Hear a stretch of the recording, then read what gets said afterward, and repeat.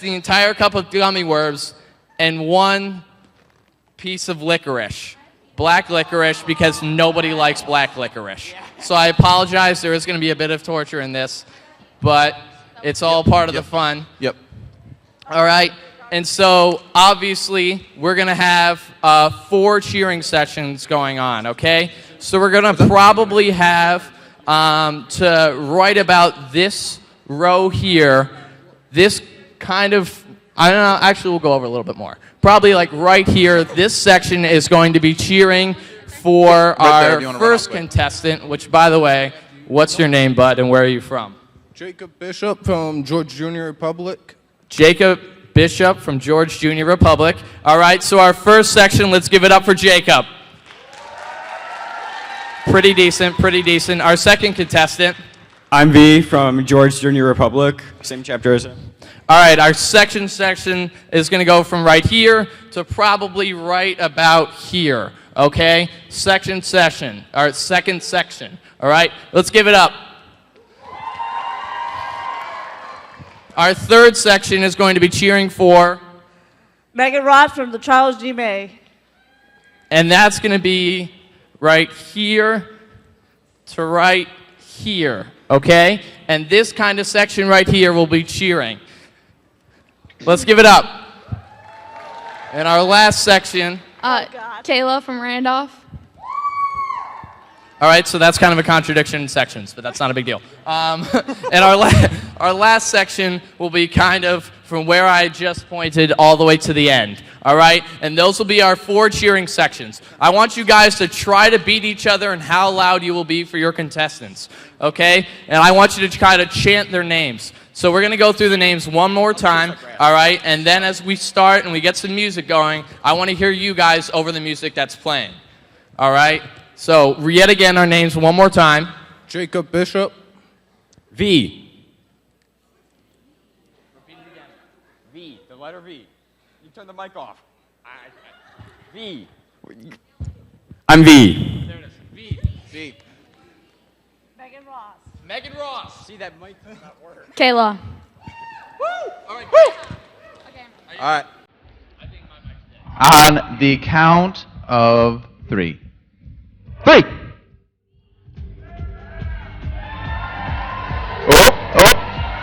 Uh-oh. I don't know how to spell FFA. It's kind of hard. Lots of letters. Oop. Uh-oh. What do we got here? So we never clarified how big they have to be. That was kind of on their own, but I'm happy watching them trying to figure this out.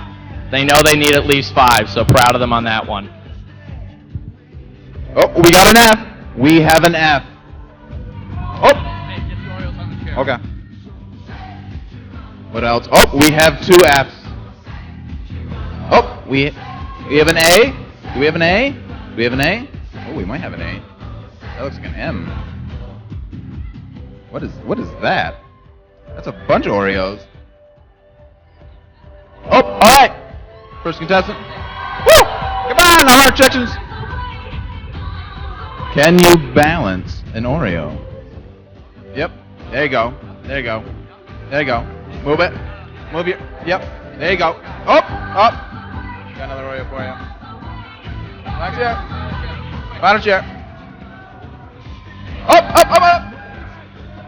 No hands. No hands. Oh. All right. There you go. Up.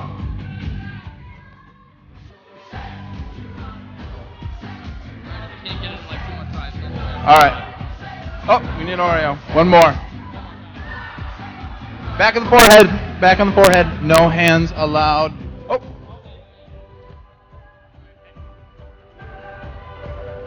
Contestants, feel free to stand up. This is getting way too challenging. We need another. This is half. Honestly, it looks pretty bad. Go for it. Feel free to stand up. Feel free to stand up. It's easier. If you can stand up with that Oreo on your head, you're getting a T-shirt all in stuff. Wow, that was good. oh, that's on your eye. You now have an Oreo eye. Get it to the. Yep. Oh no, it's okay. Oh, get it right back on. You're good. Pick it back up. Oh, it's literally. Oh, good catch. Well, yes. Okay, get going. Hold on.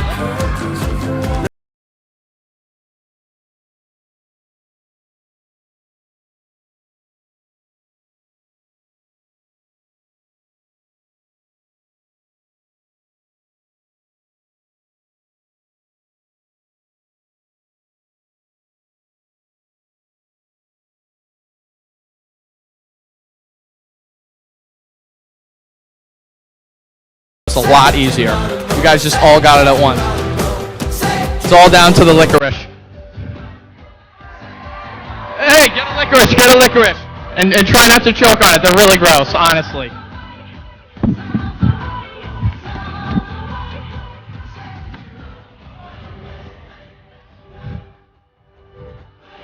Everything at once. That's a mouthful of gully worms. Andy's going for the licorice. I want to see swallow. Show me it. Sorry, I'm really promoting obesity here. Good job, guys. I wish you guys could see this. Hey, we got Oreo! Jacob! Let's give it up! Our cheering section for Jacob. I want to hear you screaming right now. That's what I'm talking about. That's loud enough. I love it. Hey, each of our cheering sections, let's go through. And if you guys remember your name, which I'm really hoping you do, we're going to go 1, 2, 3, 4, and give it up for our contestants one more time. All right? Once I was 7 years old, my mama told me, go make yourself. Okay, hold on. Megan's not feeling the love that she should be right now. It's impossible to catch that Oreo. We'll work on it, guys. All right, this section I'm kind of keeping a note on. Not proud of. That ain't bad. All right, everyone, let's give it up for our contestants one more time. Proud of you guys. All right, and as a reward for this, all right, you will be receiving a shirt. And for each of you guys, well, we were going to give you the leftover candy, but you just went through an entire box of Oreos. And we'll figure it out. All right? I'll come and find you guys, and I can promise that. If you want that, yeah, there it is. That's a lot of Skittles on that table. Feel free to grab them. They're up for grabs.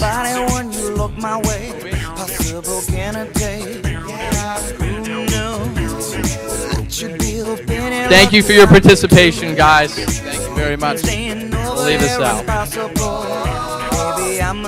All right, guys. We got a few more songs. All right, and I think you know what time of the pre-session is song-wise. So if we could get up and get moving here, I'd love it.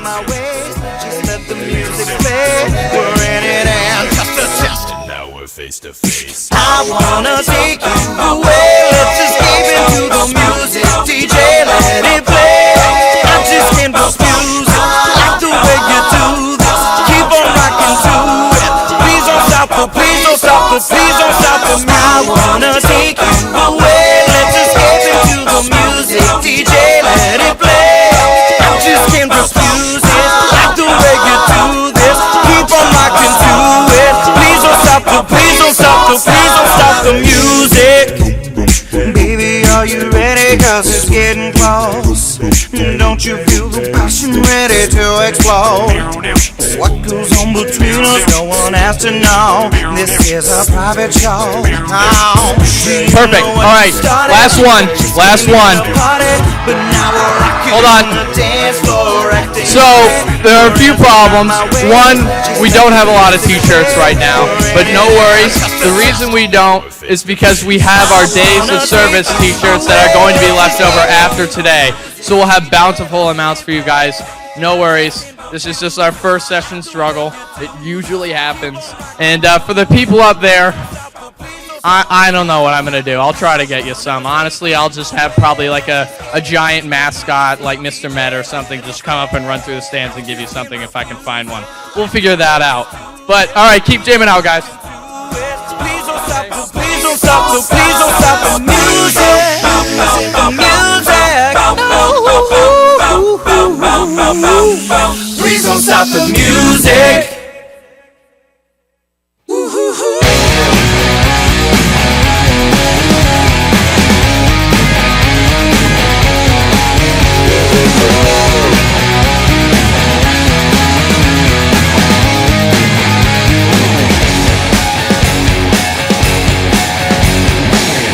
Debbie just hit the wall. New Cupid. Time for a change.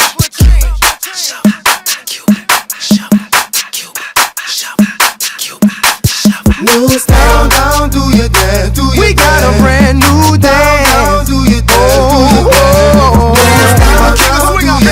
do your dance. Down, do your dance. dance, do your dance.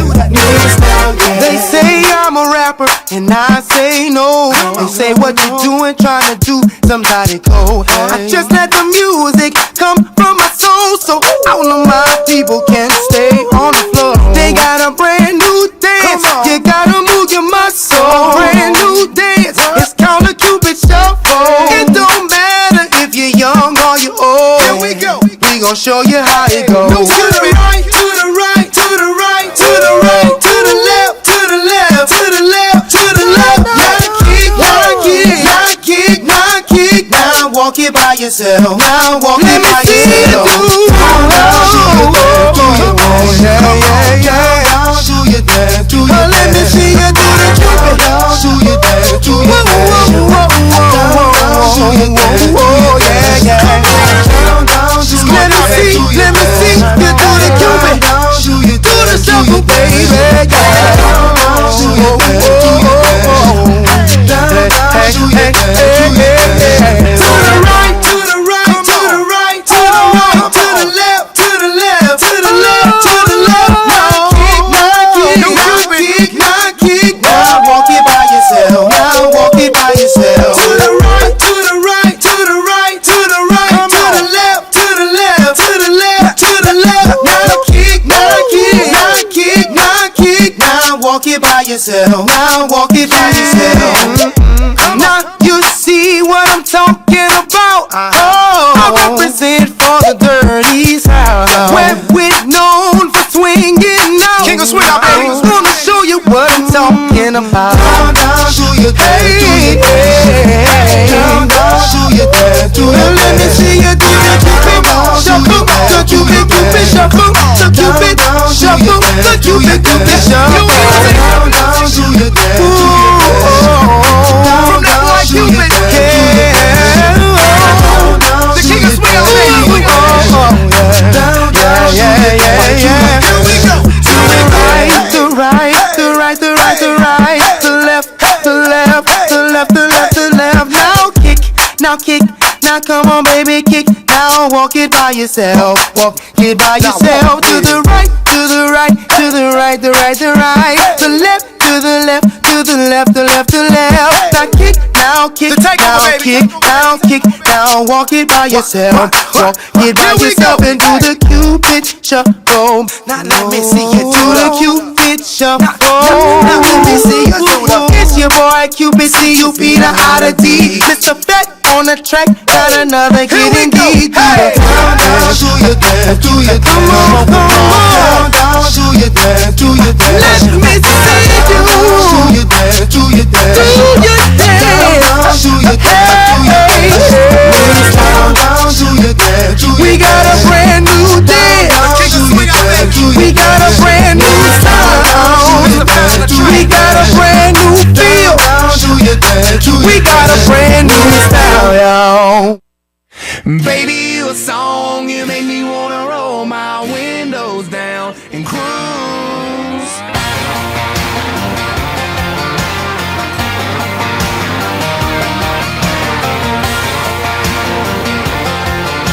Hey, baby.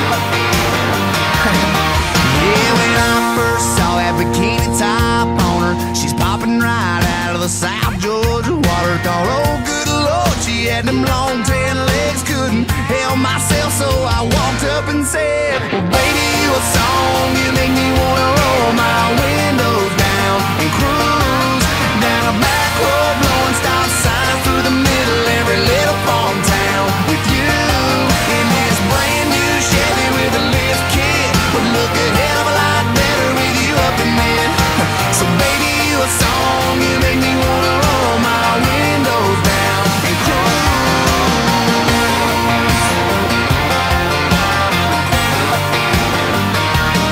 Yeah, she was sipping on Southern and singing Marshall Tucker. We were falling in love in the sweetheart of summer. She hopped right up into the cab of my truck and said, fire it up, let's go get this thing stuck.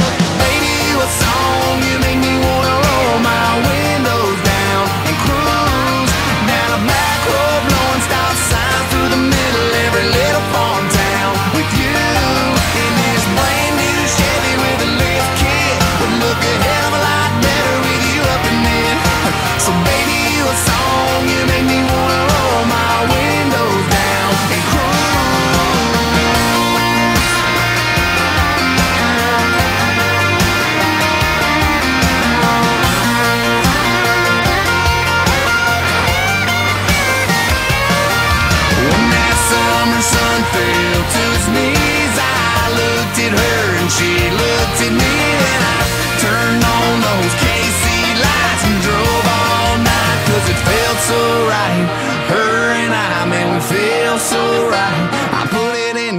can grab my guitar and strum a couple chords and sing from the heart. Girl, you sure got the beat in my chest bumping. Hell, I can't get you out of my head. Baby, you a song, you make me wanna roll my windows down and cruise down a back road, blowing stop signs through the middle of every little farm town with you.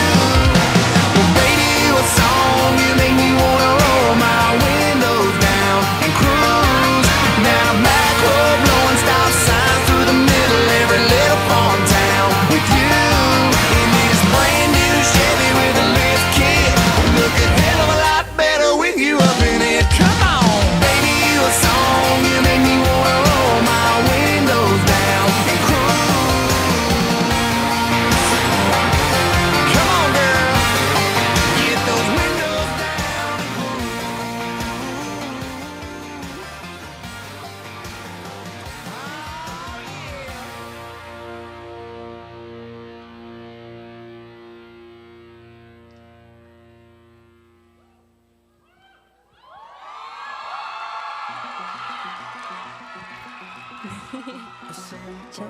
Hi, my name is Catherine Courtney, and I'm from the John Down chapter.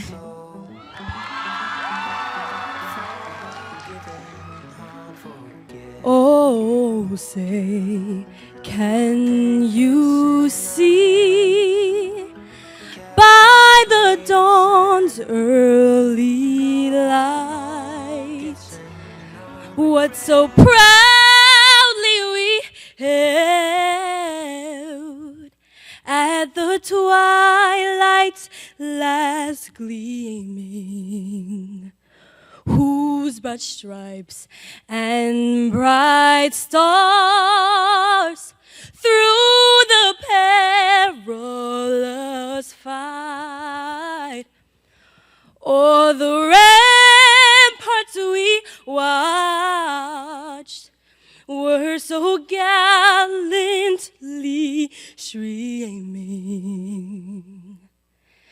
and the ragged red glare, the bombs bursting in air, gave proof through the night that our flag was still there. Oh, say, does that star-spangled banner yet wait o'er the land of the free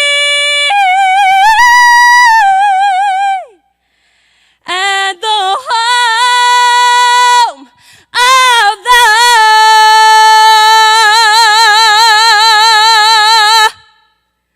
brave?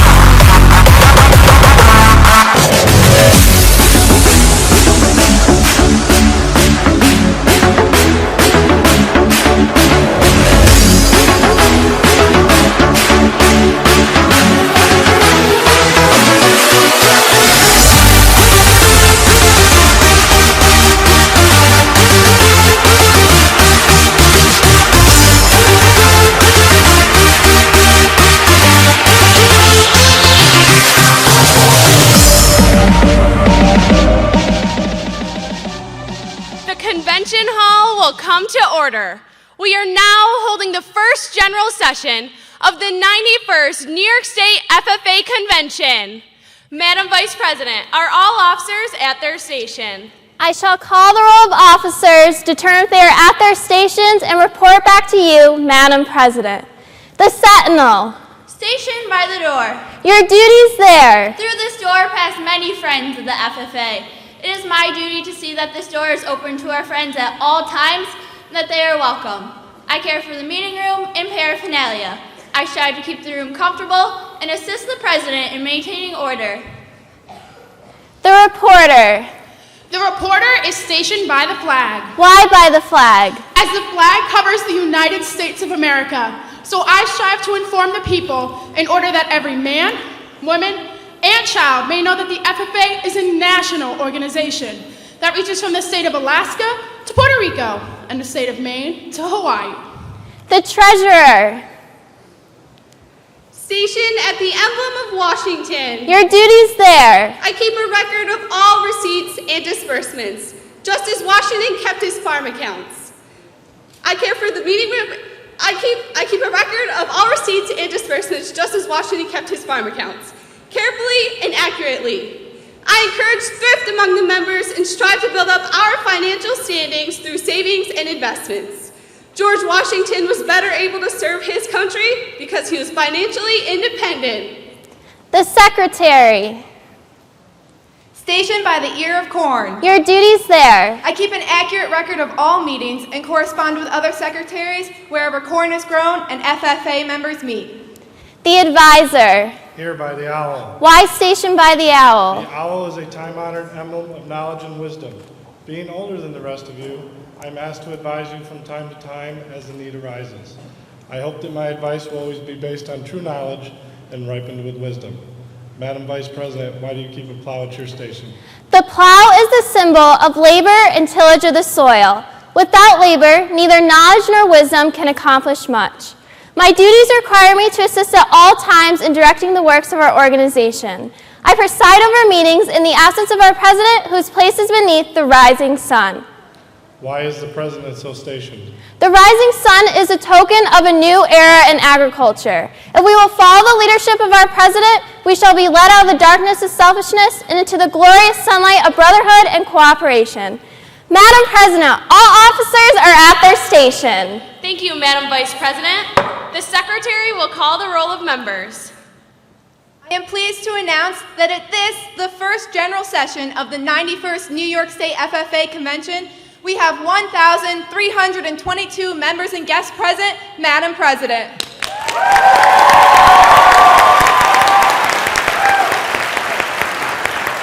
Thank you. FFA members, why are we here?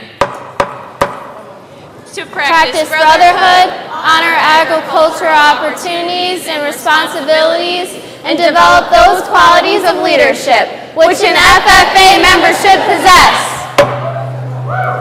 May we accomplish our purposes. I now declare this, the first general session of the 91st New York State FFA Convention, duly open for the transaction of business or attention to any matters which may properly be presented. Ladies and gentlemen, welcome to the 91st Annual New York State FFA Convention.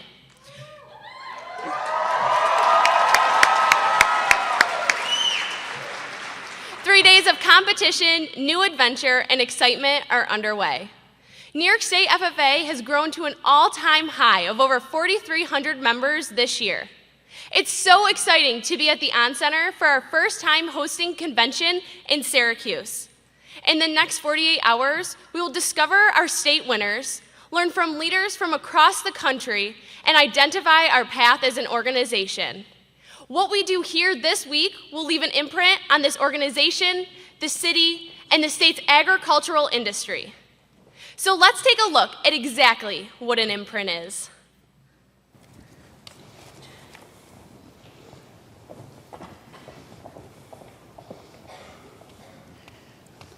I am power.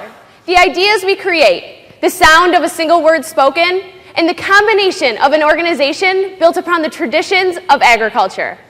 I am experience. The moments captured in a photo, the memories shared with others, and the things that make up who we are.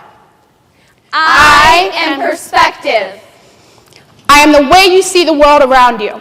I am the information you gain from experiencing where life takes you.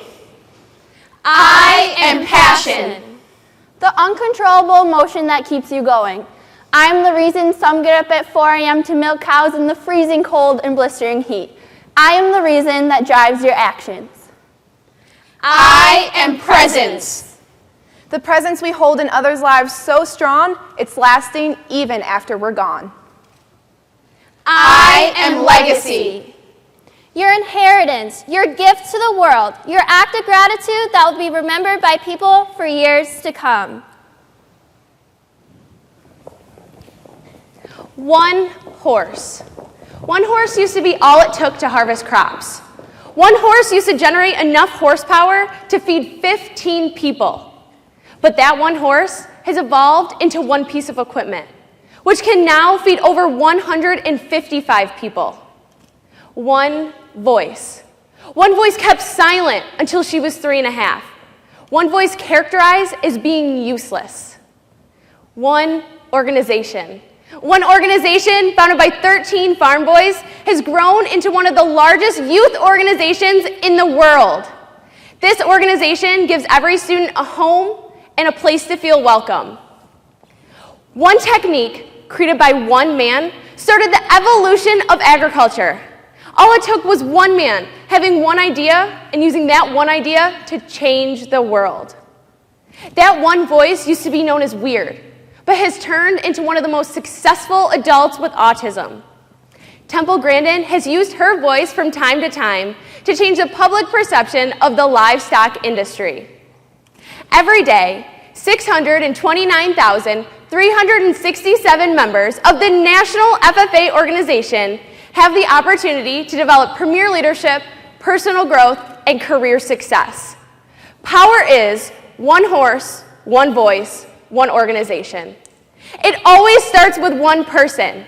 We have the power to make a change, but you have the power to make an imprint.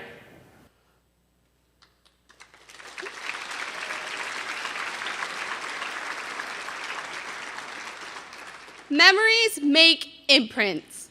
The best part about a family dinner at my grandparents' is sitting on the couch with full stomachs and piles of picture albums stacked all around us. There's nothing like flipping through those picture albums and reminiscing about the different moments in life. Everything from the cake-splattered birthday parties to the preschool graduations and the first cow shows, these pictures all capture the milestones in life. But what makes these images memorable and what makes these pictures come to life aren't the premium $19.99 filters or the goofy smiles, but rather the actual moments captured within those 4x6 pieces of paper. These photos are a reminder of the experiences we had in that split second it took to capture the photo.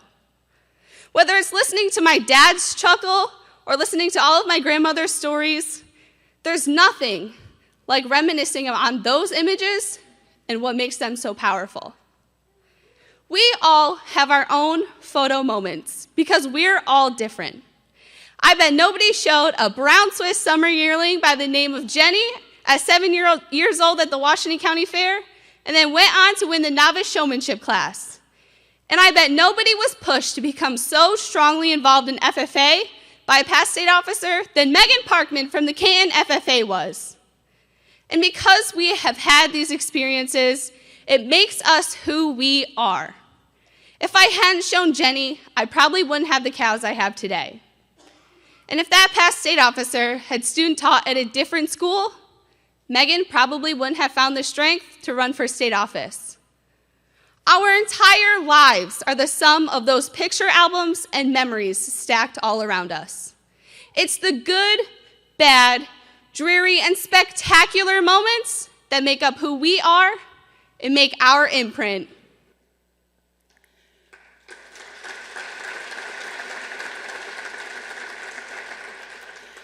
If a picture is a story, then a photographer is the writer. And with the snap of a camera, a photographer can choose the way his or her story is told. In photography, Perspective can make or break a photo. It's the perspective that the photo is taken in that can make us feel. It can make an imprint on our lives. When it comes to perspective in photography, it doesn't matter what kind of fancy camera you have or expensive lens that's attached to it, because only the photographer can change the perspective or the story that they're trying to tell. Just like photography, we are the only ones able to change our own perspectives on the world around us.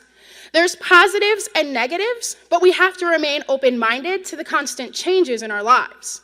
Just like the best photographers, we need to realize that changing our perspective can lead to a positive result. Our ag teachers are a great example of this. It's the teachers in our lives that we build our perspective off of. It's the information they teach us that helps us create our own opinions. For many FFA members, as well as myself, our ag teachers are the first introduction to the agriculture industry and FFA that we have. And without their influence, their perspective, we might not have been sitting in this room today. Perspective is something that never goes away. We will always rely on it and continue to gain it. And it's the experiences and the perspective we have that helps us make an undeniable imprint.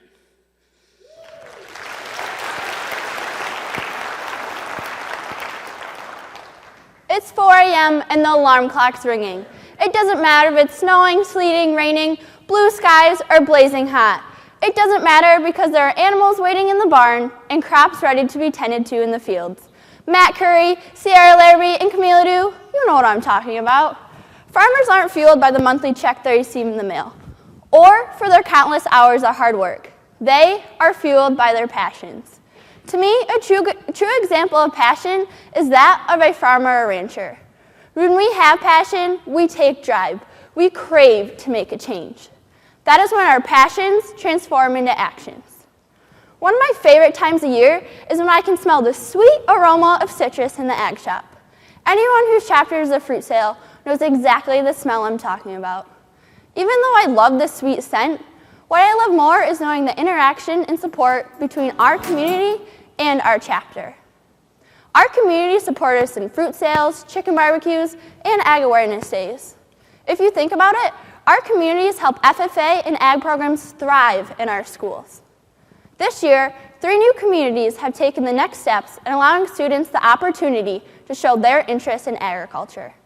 It's the passion and support of the community, which then transforms into action and allows students from Fonda Fultonville, Carrier Center, and Spencer Van Etten to carry out their passions in the blue jacket. Whether we're a farmer or rancher, an FFA member, or a community member, FFA, or passion is the driving force to what we do and who we are. Passion is what keeps us going. Passion is what we fix our goals upon. Passion is what helps us as leaders in agriculture thrive and accept any task with open arms. Imprint is our passions.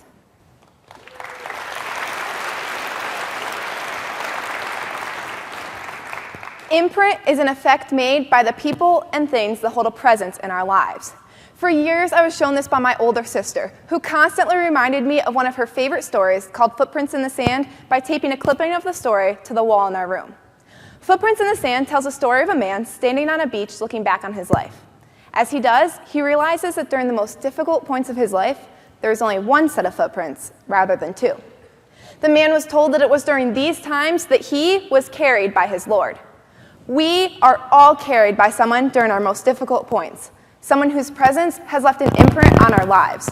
This man found so much comfort in the visible imprints he could see looking back on his life because they signified the presence of his faith.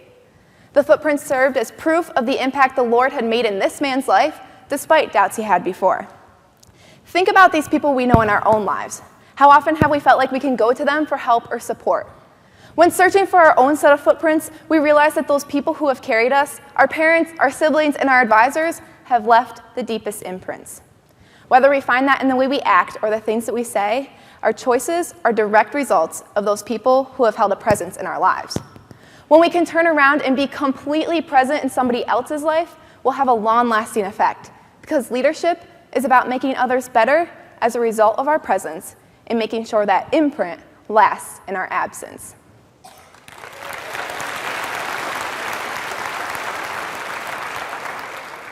Legacy is powerful, valuable, and our contribution to the world. Legacy is built from lives lived with heart and soul. To create a legacy, we have to serve a cause greater than our own. It's not about earning a name or fame, it's about giving back. Legacy is created every day, whether we realize it or not. Whether it's our intentions, thoughts, actions, or acts, everything is a part of our legacy. Anything you do leaves an imprint. It is up to us to create our legacy, but to do that, we are often built by the legacies of others.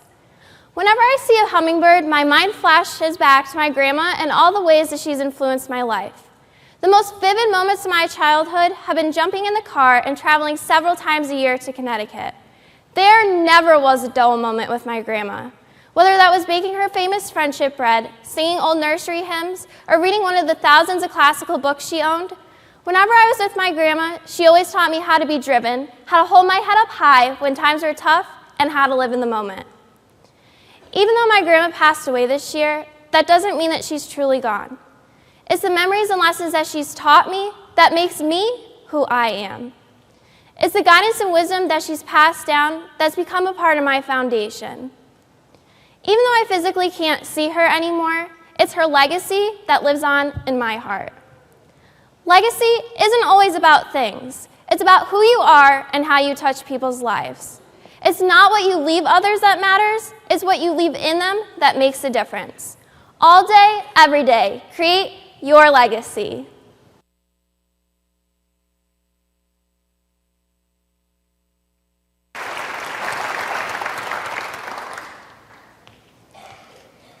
Imprint is using our power to motivate others. Imprint is the experiences we've captured in life. Imprint is our perspectives. Imprint is the things we're passionate about. Imprint is the presence we have.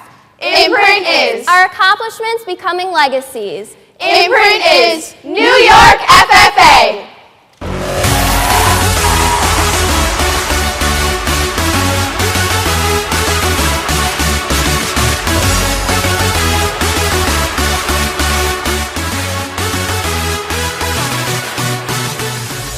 I am so excited to be introducing our chairs for the first general session. Over the past year, these two girls have become two peas in a pod and the best of friends. Either it's laughing uncontrollably together or washing each other's feet, these girls always have each other's backs. They started out as Muffy and Goldilocks, but have transformed into Batman and Robin. She's from Greenwich and she's so Albion. And together, they're going to kick this convention off with enthusiasm. Give it up for your state president, Sarah Millspaugh, and state treasurer, Kayla Gully.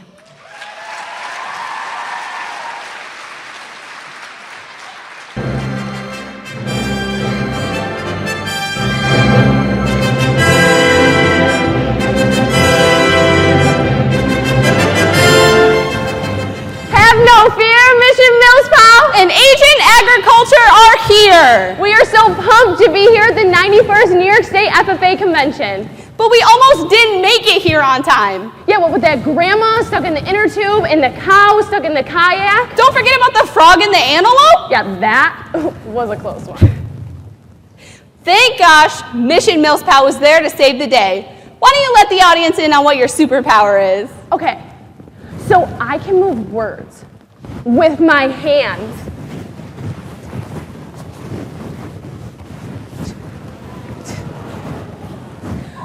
Amazing, right? I use the power of the mission to solve problems. All I have to do is throw the word at the problem, and poof, it's gone. Oh, I get the goosies every time you do that. I'm just glad we can use our power for the greater good of society. We're here on behalf of the Justice League to recruit some more agents, because word on the crime-free street is that FFA members are the best. We heard that this organization produces leaders that go out and make a difference in this world. And no matter what they're doing or where they're going, they are powerful because they have the opportunity to make a significant imprint. Plus, you'd all fit the part with your super cool superhero costumes. Corduroy is so in right now. And rather than Kayla and Sarah, Mission Millspaugh and I are going to kick off this convention. In the first session, we're going to hear from our State Secretary, Trisha Jordan, as she gives her retiring address, recognize some awesome Proficiency Award finalists, and even award our Jacket Award recipients. Welcome to the first general session of the 91st New York State FFA Convention.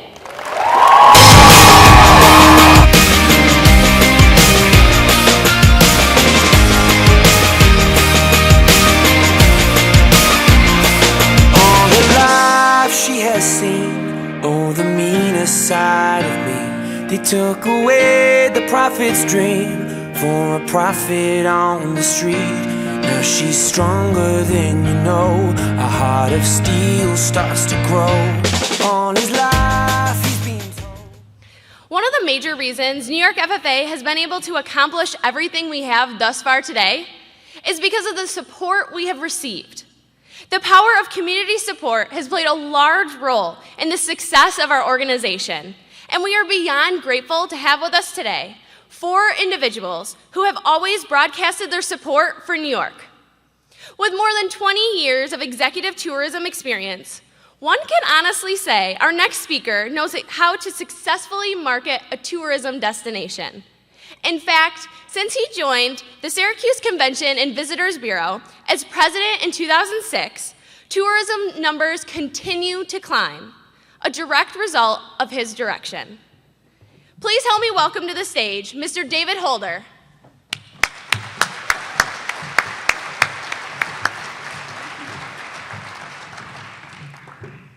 This is fantastic. On behalf of the entire area of Syracuse, we are thrilled, absolutely thrilled to have this fantastic group of FFA leaders here in this town. I'm going to give you a big round of applause.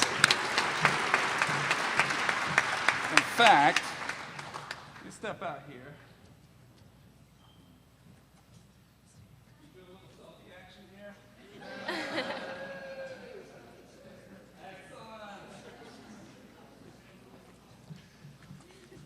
We have such a great conference plan for you. This town has bent over backwards to get ready for all of you just to immerse yourselves in everything Syracuse. Now that does come with a few rules. And my job here is to actually give you the rules of the town. Number 1, make new friends. You're going to find an entire town that is ready to welcome you and make you part of their lives, make them part of your lives.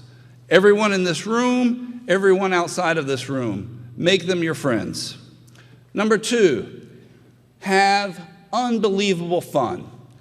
You're here during one of the greatest times. How many of you are going to the Cirque du Soleil performance tonight? How many of you are going to Wonderworks? We have our zoo involved. We have our celebrity chef involved. You're going to have a blast while you're in Syracuse. Leads me to rule number 3. Eat everything you're served.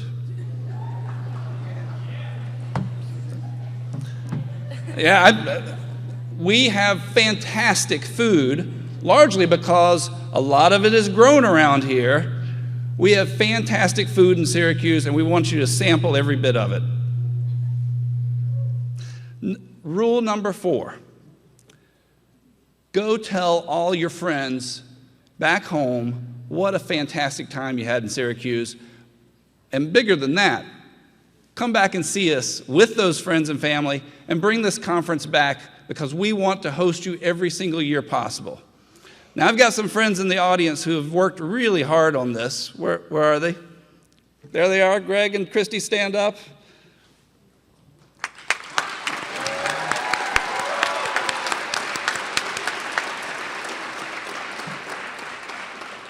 They have a couple of welcome gifts for you. Give those a hurl out there. We need some lights.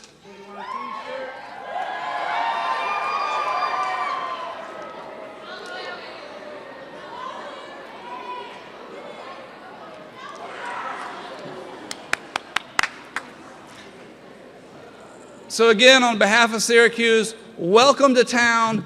Have a blast. Learn a lot. Make new friends. Thank you for being here.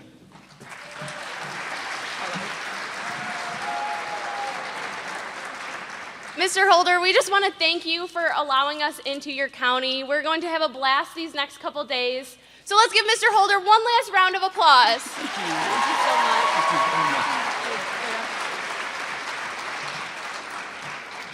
Our next speaker is one who, very similar to our first all-girls state office team, is the first woman to serve on the Onondaga County Executive. Since 2007, she has been working hard to make a difference in Central New York.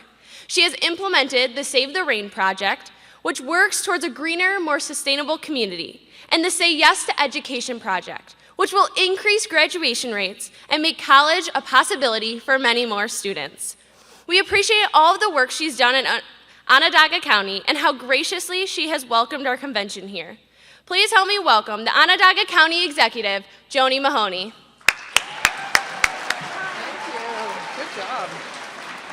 Hello. I am Joni Mahoney, and I am the county executive here in Onondaga County in the middle of the state. Syracuse, New York is right in the middle of our county, and we are honored, really honored, to have an organization like yours here with us, because we know that we have among us the best and the brightest. And as the years go by, agriculture is becoming more and more and more important. There's more people, there's more science, there's more business, and to have this group of young minds come together here in Onondaga County really is an honor for us, and it was important to me to come here myself and to welcome you. I enjoyed David Holder's welcome, and I would echo what he has to say about making new friends and seeing all there is here in Central New York, and I hope you'll come back. I thought you might be interested to hear that here in Onondaga County, where we have a great big city in the middle of the county,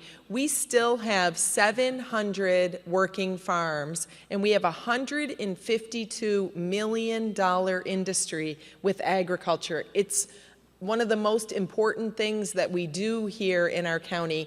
And because of the job that I have, I've been able to visit some of the farms, and I've been blown away by the science and by the business and by the art of agriculture. Some of the technology is just so far beyond what I think people realize when all they do is go to the grocery store and reap the benefits of all of these smart people making sure that we have good, wholesome food on the table. It's one of the most important things that you could do for your community, and for you to dive in at such a young age, meet other future farmers, and it gives those of us that are adults, it gives us real confidence in the future when we see the people that are going to be leading the way in agriculture. And what a tremendous group of people you are. Thank you so much for coming here. I'm right upstairs. If you need anything from the county while you're here, we're hoping to roll out the red carpet, but let me know if there's more we can do. Enjoy yourselves while you're here. And most importantly, I really want to thank you. You don't have to extend yourself for clubs like Future Farmers of America, but to do what you do and to make the contribution at such a young age, these reflections were really outstanding to listen to. It is with gratitude that those of us that have jobs like county executive extend to you for making our future bright. Thank you very much.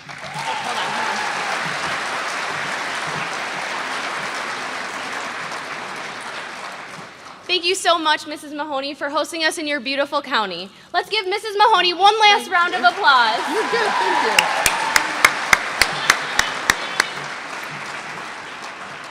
Our next speaker has made a living in agriculture. Having been inspired by his grandparents to become a farmer, he started his farming career at 18 years old as a farm worker on a Rhode Island vegetable farm. He later moved back to New York and has been the owner and operator of Schoharie Valley Farms for the past 20 years. He currently serves as the New York State Commissioner of Ag and Markets. Please help me to welcome the longtime supporter of FFA, Commissioner Richard Ball.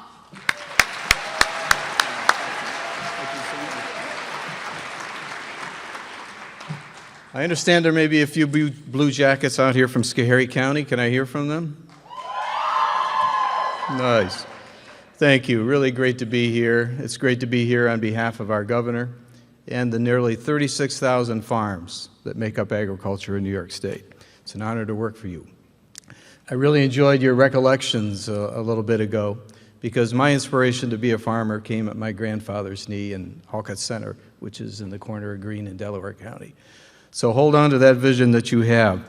On my way here, I came here from the Capitol, and I picked up a message that I'd like to read to you from someone who's very important to me and someone who's very important to you as well. Dear friends, it is a pleasure to send greetings to everyone gathered at the On Center for the 91st Annual FFA New York State Convention, hosted by the New York State Association of FFA. We recognize the importance of worthy organizations that function as outstanding resources for their members and acknowledge the Future Farmers of America for its commitment to promoting the potential for leadership, personal growth, and career success among students throughout agricultural education. Since its establishment, the New York Association of FFA has been a network for young farmers across the state, with a wealth of information through its extensive offering of educational seminars, workshops, publications, and service learning projects. Over the next few days, FFA members will have the opportunity to interact with each other, to gain an understanding of best practices, and learn about recent developments in sustainable agriculture and innovative farming strategies.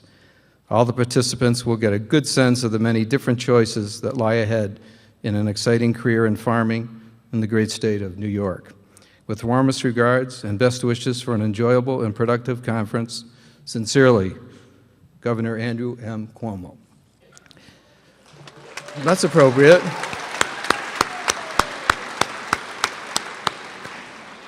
Let me just say that the governor and I look forward to working with you to make sure that agriculture remains a viable way for you to make a living as we go forward in New York State. Thank you. It's wonderful to be here, wonderful to feel this energy. Have a great conference and a great couple of days. Thank you so much. Oh my goodness. Thank you so much, Commissioner Ball. And on behalf of the New York State FFA, we would just like to thank you for your continued support of our organization. Let's give Commissioner Ball one more round of applause. Thanks so much. Thank you. We are so grateful for all of the support our organization receives every single day. Alongside each of these people here tonight, we have been so honored to work with Senator Kirsten Gillibrand. Unfortunately, Senator Gillibrand couldn't be here tonight, but she wanted to show us just how much she loves how each of us loves the work each and every one of us does in our FFA chapters and communities. Please direct your attentions to the screen for a special message from Kirsten Gillibrand. Hi, I'm U.S. Senator Kirsten Gillibrand, and I want to send my best wishes to all of you attending the 90th Annual New York FFA Convention. The New York FFA works every day to make sure our country's future farmers, scientists, and agriculture entrepreneurs have the education and tools they need to succeed in their careers. I applaud all of you for working hard and for staying active with the FFA. Our agricultural sector is one of the most important and vibrant parts of the New York economy, and everyone here has a role to play in it, whether you're a farmer, a business person, an engineer, or a teacher. So I will keep fighting for New York's agriculture on the Senate Agriculture Committee, and I encourage all of you to continue working hard and raising your voices for the agriculture issues that matter most to you. Congratulations to all of you. I wish you all the best for a wonderful event.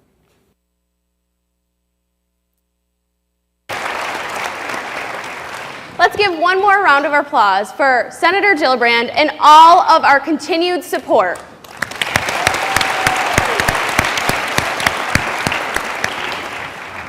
Hey, Mission Mills pal, did you get your tickets yet? For what? The gun show. Yeah, I'll get right on that one, Agent Agriculture.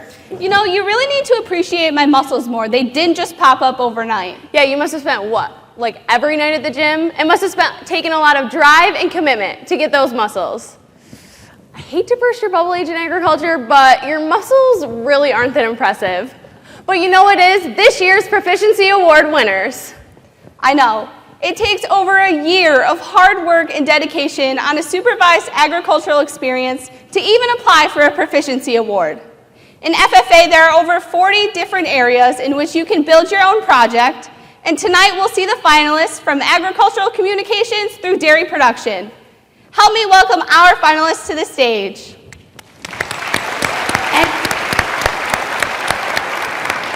Agricultural communications provide an opportunity for agriculturalists to make the public aware of agriculture that exists in and outside of their own backyards. The 2016 New York State finalists are Robin Smithling from Whitman FFA and Jackie March from Vernon Verona Sherrill FFA. The gold ranking finalist representing New York State at the National Convention this fall is Jackie March from the Vernon Verona Sherrill FFA. Jackie has spent the past few years developing better communication skills while serving through Oneida County's Maple Royalty and being a New York State Maple Ambassador. She sure had a sweet time communicating with legislators, teachers, and community members. Great job, Jackie. In the area of agricultural education, FFA members worked to develop and deliver educational programs on a variety of agricultural messages.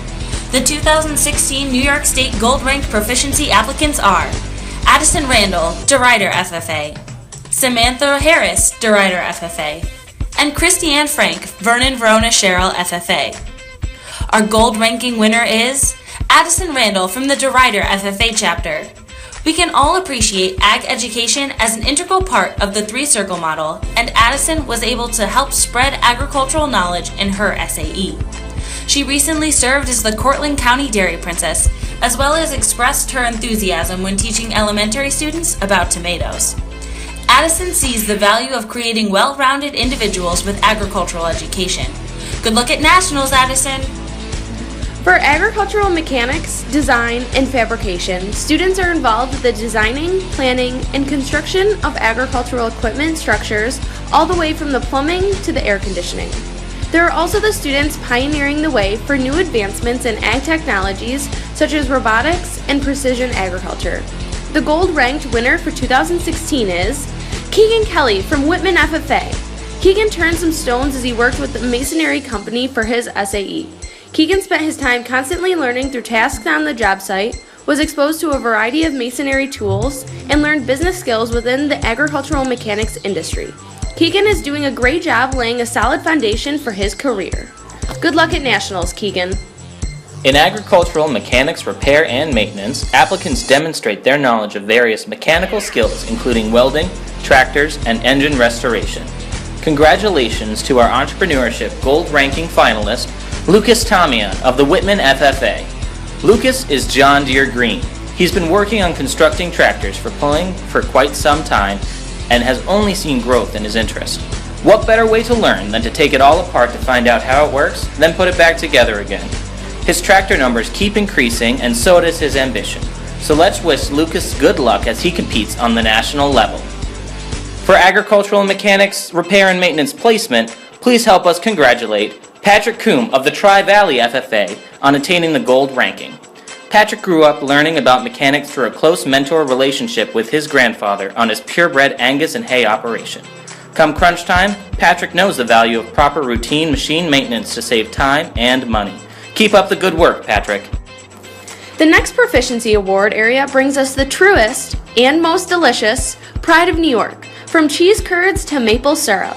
Bringing ag products just a little closer to home are our two gold-ranked applicants in agricultural processing. Philip Lagoy from Vernon Verona Sherrill FFA, and Andrew Fletcher from Copelskill Richmondville FFA.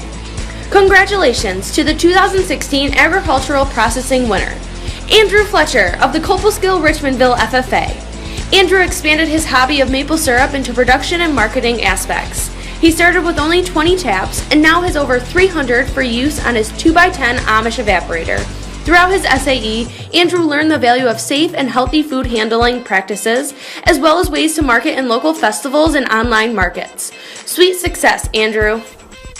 Over $25 billion. That's the amount of money that's generated by New York State agriculture each year. Gold-ranked applicants in the Ag Sales Proficiency area understand that New York agriculture is big business, and they have what it takes to succeed in it. The 2016 New York State finalists are Kayla Gully, Greenwich FFA, and Brian Boys, Tri-Valley FFA. The 2016 Ag Sales winner is Brian Boys of the Tri-Valley FFA. Everyone loves cotton candy, but Brian has found a way to seamlessly fuse the love of sugary fluff with his passion for maple products, creating his own Maple Floss. Brian is able to have his own section of the family business and even sets up a separate booth at his county fair for sales, demonstration, and sampling of his product. We are sure your methods will stick, Brian. Good luck at Nationals! The Beef Production Proficiency Area requires applicants to use the best management practices available to efficiently produce and market beef. The 2016 Entrepreneurship finalist is Mackenzie Ballard of the Unadilla FFA. Mackenzie's love for cattle started when she was 8 years old and purchased her first cow-calf pair. Since her primary exposure, Mackenzie has raised 8 registered Simmental beef cattle and has 3 yearlings in the upbringing. Starting with limited knowledge, Mackenzie has broadened her experience by attending shows and working with other showmen. Keep up the excellent work, Mackenzie. For beef production placement, the gold finalist is Shayla Peters from the Vernon Verona Sherrill FFA. Working on her family farm, Shayla helps with the 50 head of Angus, Hereford, and Seminole breeds while assisting in the transition to an all-Red Angus herd. Shayla is in the process of learning responsibilities of record keeping and office paperwork, a vital part of any business. Good luck at Nationals, Shayla. New York State ranks 3rd nationally for dairy production, and dairy is our largest agricultural commodity. It makes sense then that the competition for dairy production proficiency is especially fierce in New York. The gold-ranked entrepreneurship winner is Paige DeMunn from the Jasper Troopsburg FFA. Paige has worked with several dairy breeds including Ayrshires, Brown Swifts, Holsteins, and Jerseys. Paige also began her own herd as a way of payment from her family labor. Time is a very tricky concept to work with, and Paige is witnessing the struggles of time efficiency and management with dairy farming. Good luck in the future, and what a great SAE. Congratulations, Paige. For dairy production placement, our finalists are Ryan Wood, DeRider FFA, Austin Wood, DeRider FFA, Adam Fields, Belleville Henderson FFA, and Brittany Burrows, DeRider FFA. The 2016 dairy production placement winner is Adam Fields from Belleville Henderson FFA. As a 4th-generation farmer, Adam has a deep interest in farming, especially his family's traditional tie stall barn. Adam is involved with the day-to-day operations of the farm, cleaning, operating machinery, field work, as well as becoming more involved with the management decisions such as breeding and culling. Keep your SAE moving along at Nationals, Adam.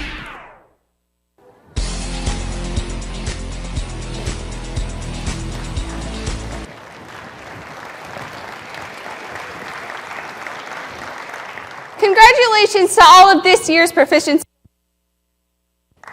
Our next speaker is someone who has been preparing for this moment since January and has a superpower all their own. Students in the Prepared Public Speaking CDE develop skills to be informed, inspiring, and even impressive. Please help me welcome our first state winner of 2016, Jacob Axe from the Stockbridge FFA Valley with his speech.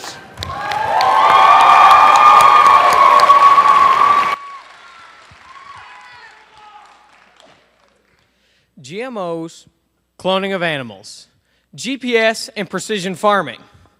While all of these are hot topics in agriculture, I feel as though one has never hit the headlines. Constructing handicap accessible tractors. Hello, my name is Jacob Axe, and I proudly represent the Stockbridge Valley FFA. Designing and building handicap accessible tractors could help those who have a disability, maybe a veteran of war, or maybe injured in a farm accident, to be able to continue living their dream for years after an accident of some sort. Now, in the future, there should be and will be better safety aspects for agricultural equipment. But for those already affected by an injury, they can still produce food like they always had. So a few years ago, I moved to a new school. I did not have a lot of friends. So I went to an FFA meeting.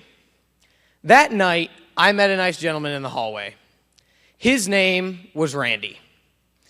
Well, after seeing him a few times in and out of school, I noticed he walked with a slight limp. I finally asked him one day what had happened. He smiled and said, "When I was 17, I thought I could do anything." He had a motorcycle, even though his parents really didn't want him to, and he used to ride it back and forth to school and to work.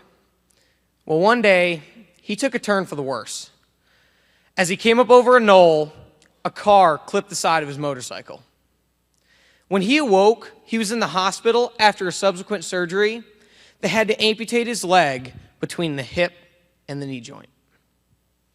This accident changed his life forever. Before that day, he had planned to take over his family's dairy farm and even expand upon it. But after that, he could barely get into a truck or car without someone helping him. Now, since the accident, he's held numerous odd jobs wherever he could find them. And as of right now, he works as a custodian at my high school and the rest of the time milking cows at Otis Marshall Farms. He does both of these to help his son through law school. Now, he has a prosthetic leg, but only has 30 degrees of movement at the knee joint. This makes everything he does harder than it would be for me or you to do. After hearing his story, I went home and wanted to do some research. So I started with handicap accessible tractors, took out a few books, talked to some friends of mine, and there wasn't a lot out there. So I took a new approach. Adaptations to farm machinery. Well, there's not a lot out there either. This is why handicap accessible tractors are a relevant topic in today's agricultural society. Put yourself in someone like Randy's shoes. One day, you are ready to take on the world. And the next, everything that you've ever planned for or dreamed of was taken from you. Now, every single year, there are 45,000 people who are in farm accidents or motor vehicle accidents. Now, not all 45,000 people have a serious injury, but 16,000 people come out of an accident with a serious or life-changing injury. Now, if they were involved with agriculture or farming, they will not be able to provide a sustainable food source like they had before.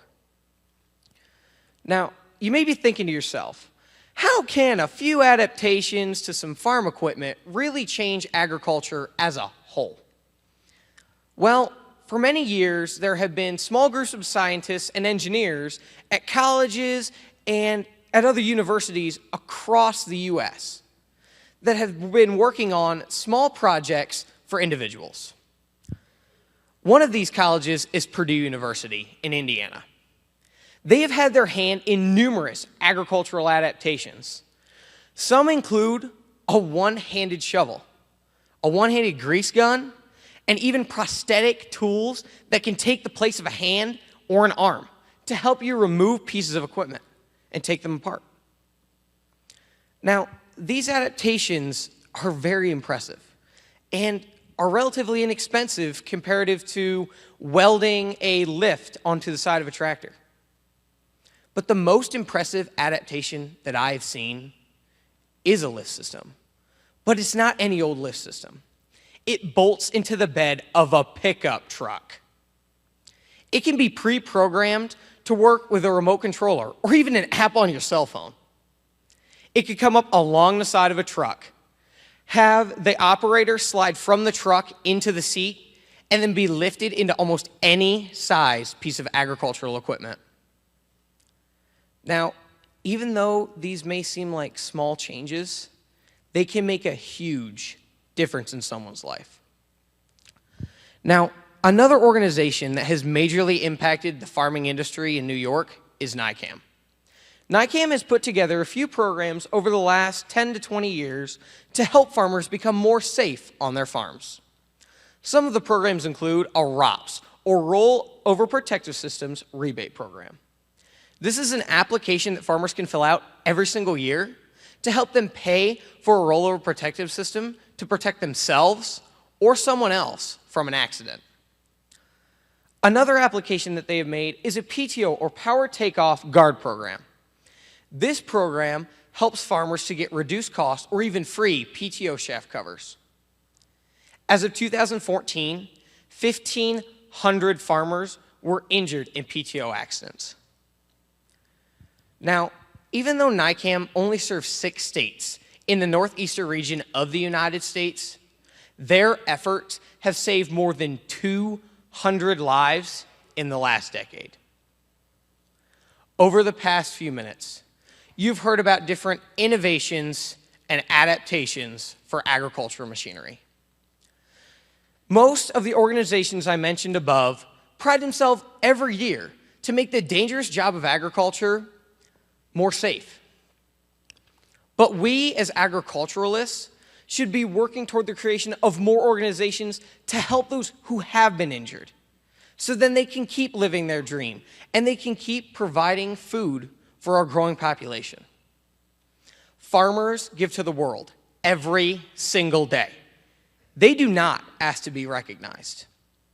Best put in the words of President George Washington, agriculture is the most healthful, the most useful, and most noble employment of man. And my hope is to see that in the future, innovations and adaptations for handicap accessible tractors and other farm machinery are relevantly available to all of those who need it for our farmers and veterans across the United States. Thank you. Hold on, Jacob, come here. What an amazing job, Jacob. Let's hear it one last time for him. All right, go ahead. Thank you. Not only do we have tremendous speakers in New York FFA, but we also have members with many other talents too.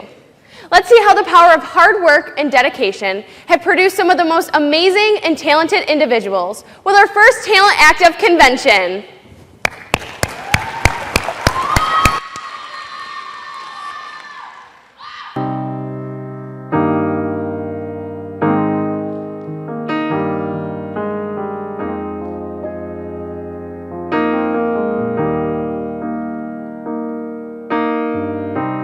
Everybody loves the things you do, from the way you talk to the way you move. Everybody here is watching you, 'cause you feel like home, you're like a dream come true.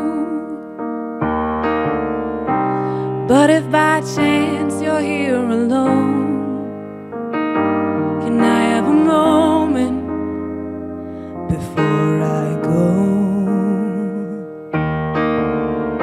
'Cause I've been by myself all night long, hoping you're someone I used to know. You look like a movie, you sound like a song. My God, this reminds me of when we were young. Let me photograph you in this light, in case it is the last time that we might be exactly like we were before we realized we were sad of getting old. It made us restless. It was just like a movie. It was just like a song. I was so scared to face my fears, 'cause nobody told me that you'd be here. And I swear you moved overseas. That's what you said when you left me. You look like a movie, you sound like a song. My God, this reminds me of when we were young. Let me photograph you in this light, in case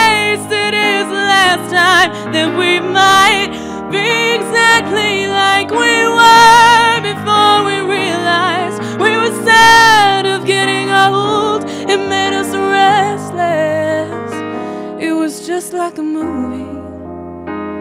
It was just like a song. When we were young, when we were young, when we were young, when we were young. And it's hard to admit that everything just takes me back to when you were there, to when you were there. And a part of me still holding on, just in case you haven't gone. I guess I still care. Do you still care? It was just like a movie. It was just like a song. My God, this reminds me of when we were young.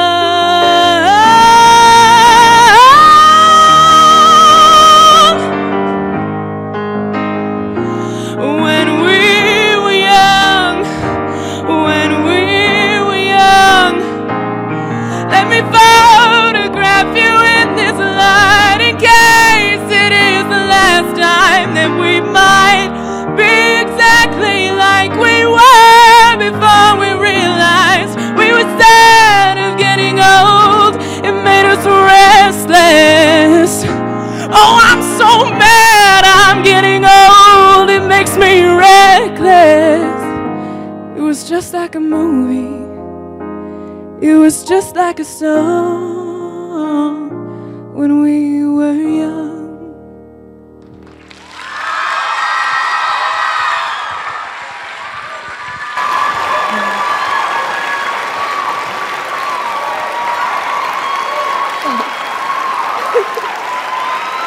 Yeah.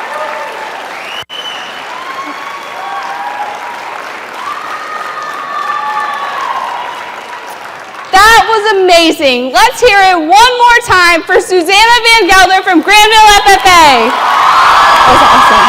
Thank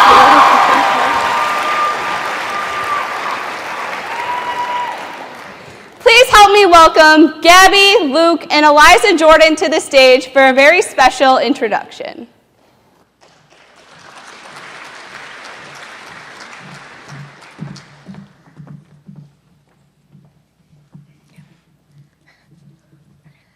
The first time I saw Trisha in action as a state officer was at Camp Oswegatchie. If any of you have ever been, you know that the officers are constantly outgoing, fun, and have a smile on their face. When I tried to picture Trisha doing that, I could never see her actually having fun, sleeping in a cabin for a whole week. But when I went to the leadership class and got to experience Trisha at work firsthand, I realized that when she truly cares about something, she puts her whole heart and all her energy into making it the best experience for everyone around her. This past year has been full of Snapchats from random schools around New York, stolen khaki pants, and missing hair straighteners. But the grumpy, stubborn Trisha that we knew has become the confident and outgoing state officer that you know. We're so proud of who she's becoming, and I've been honored to share her with you this year. So please join us in welcoming our sister and your 2015-2016 New York State Secretary, Trisha Jordan.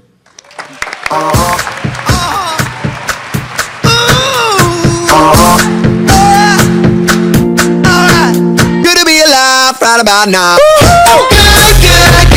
to be alive right about now. Good to be alive right about now. Hallelujah, let that bass move us, yeah. It's good to be alive right about now. May 10th, 2006. I woke up and put on my favorite outfit, pink flowered shorts, a pink shirt, and of course, the cutest pink sun hat. I'd spent hours the night before tirelessly decorating cupcakes to bring into my class, and as soon as I got to school that day, my teacher, Mrs. Fisk, handed me a shiny sticker that proudly read, "Today is my birthday." Think about it. Once a year, our closest family and friends get together to eat cake and celebrate the fact that we were alive for another year. Back in middle school, we were given stickers, our classes sang to us, and we even got to bring in cupcakes. It was hands down one of the best days of the entire school year. Sometimes even complete strangers will go out of their way just to wish us a happy birthday, celebrating and being excited for us. But when we wake up the next day, just like that, the party's over. We go about our days just like everybody else. No more party hats, birthday cakes, or singing. We go back to what we would consider our normal lives, but when did we decide that our normal, everyday lives didn't need to include the huge amounts of celebration that we have on our birthdays? When did it become our reality that celebrations are reserved for special occasions only, those days that come once a year? Sure, not every day needs to have cake, but that's not all that celebration is. Celebration is being excited with your brother when he makes varsity. It's taking your sister to dinner when she's accepted to college. It's making a point to congratulate that FFA member that may have beat you in a CDE because you know they worked for it just as hard as you. When we recognize those things that bring us joy and help us achieve something great, it's kind of like striking a lighter beneath the end of a sparkler on the 4th of July. Celebration helps us become those lighters. It's easy to reserve celebration as a sometimes act, but celebration should be the way that we live our lives. That way, when we can recognize those things worth celebrating, we not only bring light to the people around us, but we become those sparklers that have the power to light up the world. So if celebration is such a good thing and it lights up the world, then why don't we make that choice to celebrate more often? It's because of this universal truth. Just because something is good doesn't mean that it's easy or even natural. Sometimes it's completely natural to react in an entirely different way. My junior year of high school was supposed to be the best year of my entire life. I was super involved in our FFA chapter. I was beginning to think more and more about college, and I had finally scheduled my road test. Now, the day that would change my life forever by gifting me with a driver's license is a big enough deal on its own. However, I also happened to be taking the test the same day as my best friend. My best friend has been going on wild adventures with me since the 2nd grade. We've had embarrassing moments that usually seem to be caused by weird middle school haircuts, countless late-night sleepovers, and we even have a woman who works at our school named Heather who gets really concerned if she ever manages to see one of us without the other. On top of all that, we've had the opportunity to share this experience of serving New York FFA over the past year together. I think it's pretty safe to say that Kayla and I have done almost everything together, so it was no surprise when we took our tests on the same day. On that morning in January, I was scheduled to take my test 2 hours before Kayla, and she had left me with clear instructions to not tell her my results until she knew hers, to not risk jinxing anything. So, like she had asked, I took my test and headed back to school to wait for Kayla to take hers. I can remember Kayla texting me as soon as she was done to hurry up and meet her as soon as I could in the main hall at school, where she excitedly told me she had passed. Without even saying congratulations or giving her a chance to celebrate, I immediately killed Kayla's excitement by telling her I had failed. My test hadn't even lasted 5 minutes. And just like that, it was like I had told Kayla she wasn't allowed to be excited for herself. She had to be sad and depressed with me. The only thing that mattered was not that she had passed, it was that I hadn't. We had to focus on my failure rather than her achievement. Throughout my life, I've really struggled with this concept of celebration and lifting others. Again and again, I find myself saying, I'll get to it. I'll congratulate her once I feel better about myself. And again, I've neglected those words. Too many times we live by the things that we say, convinced of this false belief that just because we're saying it, it's sufficient enough to get by without intentionally taking action. In that moment, we selfishly make only ourselves feel better by saying that we'll get to it eventually. It no longer matters how that other person feels. But isn't that what we want? To feel good about ourselves, no matter what? Too many times, this selfishness gets so out of control, it begins to encompass our entire lives and our attitudes.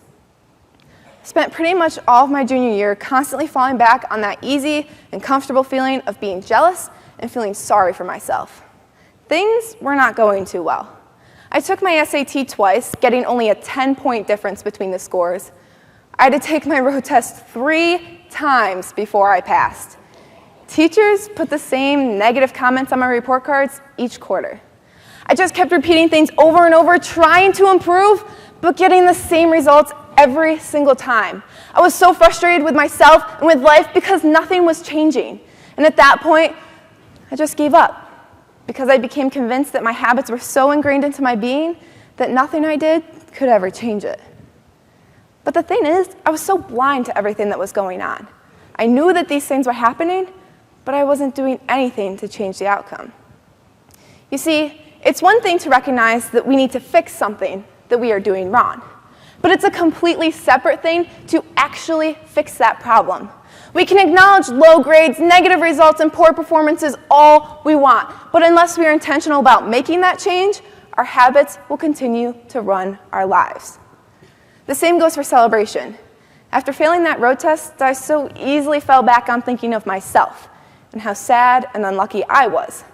Now, that didn't keep me from being proud of Kayla, but it did keep my best friend from being excited for herself. We all can think of that one person it seems like we are always competing with. Maybe this person is constantly right beside us competing in the exact same CDE year after year. However, whatever the outcome, win or lose, in any given moment, we have two options: to step back into safety or to step forward into growth.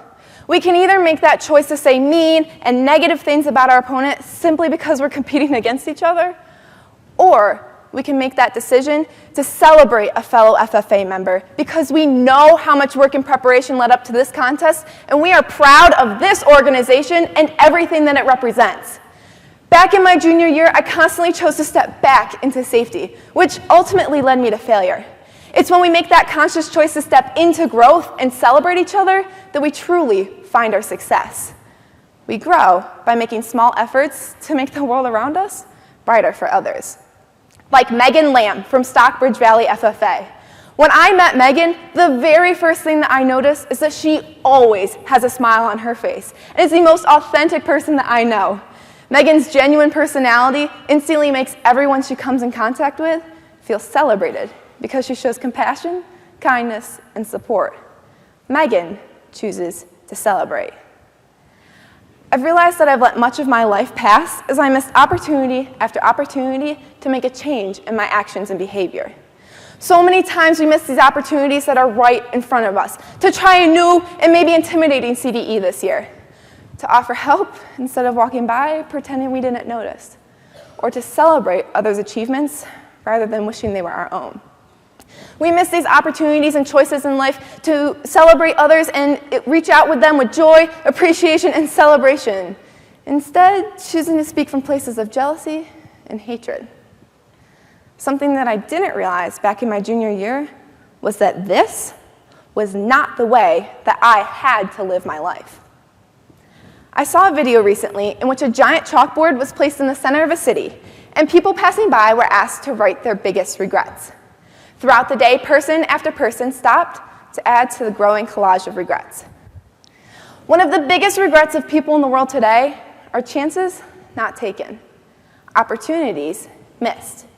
It seems to be a common theme that we just look back at those missed chances and say, oh well, maybe next time. But if we continually make a habit out of this reaction, we will never change and we will never give ourselves permission to celebrate. We need to look at those opportunities we missed to celebrate a fellow FFA member, to cheer on our proficiency winners, to applaud our talent acts that we missed because we were too busy thinking about ourselves to notice. The video ends with the regrets being erased off the chalkboard, left with a clean slate. Every single day is a clean slate. A fresh start to turn around our attitudes and celebrate somebody who truly deserves it. We can break our habits any day. We simply have to make that choice.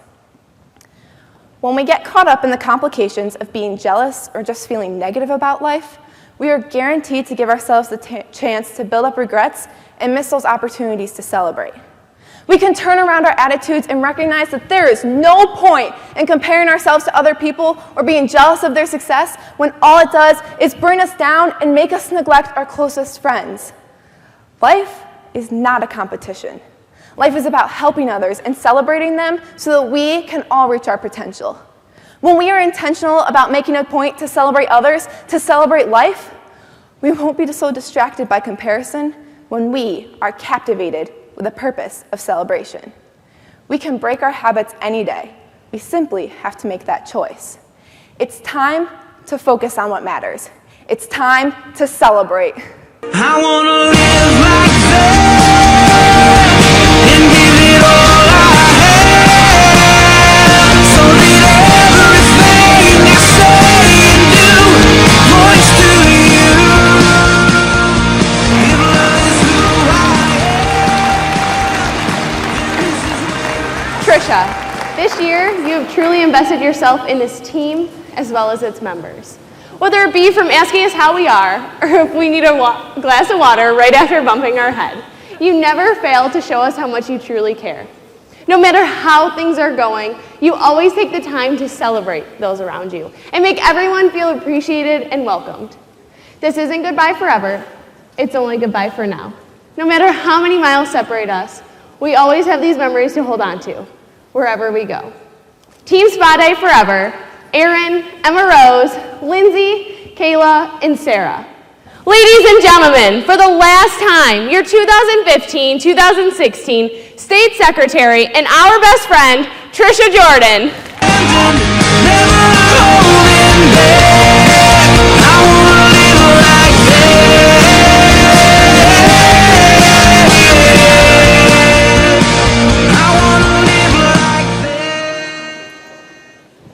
We can all agree that every superhero needs the perfect suit, and FFA members are no exception. Let's take a look at what I'm talking about. Your boy's suit are designed to withstand enormous friction without heating up or wearing out, a useful feature. Your daughter's suit is tricky, but I finally created a sturdy material that will disappear completely as she does. Your suit can stretch as far as you can without injuring yourself and still retain its shape. Virtually indestructible. It breathes like Egyptian cotton. Because of this video, we thought long and hard about what the best way would be to award this next group of individuals. And we decided to exemplify all of their powers as outstanding FFA members would be to award them their very own brand new FFA jacket. Please help me thank all of our sponsors, including Dr. William Camp and everyone who made contributions and purchases at the toy auction to help make this award possible.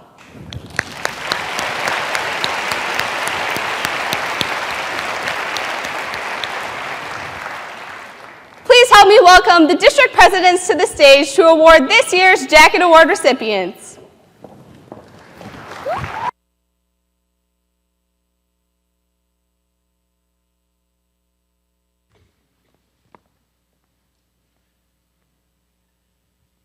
I can still remember how it felt 2 years ago as I was anxiously waiting backstage at State Convention to receive my Jacket Award. I was so nervous to be going up in front of so many people, but I was equally as excited to be receiving this award alongside so many of my peers, some of which are now my closest friends. Tonight, we are proud to recognize the recipients of the 2016 New York State FFA Jacket Award and share why this award and these students are so very important. The blue corduroy jacket could leave a lasting imprint on someone. For me, it was watching my sister Maria wear her jacket with such pride and knowing one day I wanted a jacket of my own. 2 years ago, I had the honor to be chosen as a recipient for this award. And to make it even better, my sister got to give me my very first FFA jacket. Being awarded this honor has left such an imprint on me and has bettered me as a person. The FFA jacket is a symbol of our great organization. The members receiving the Jacket Award today are members who we believe exhibit the qualities that represent our organization, just like the jackets they are receiving. These members demonstrate outstanding leadership skills, the drive to succeed, and a burning passion for our organization. The members receiving their very own FFA jackets today are members who have made an imprint in our organization already, and who we believe will continue to do their best, not only as they finish out their FFA years, but as they continue on in the journey of life. FFA members and guests, please help us welcome and celebrate the winners of the 2016 New York State FFA Jacket Award. Will the recipients please join us on stage?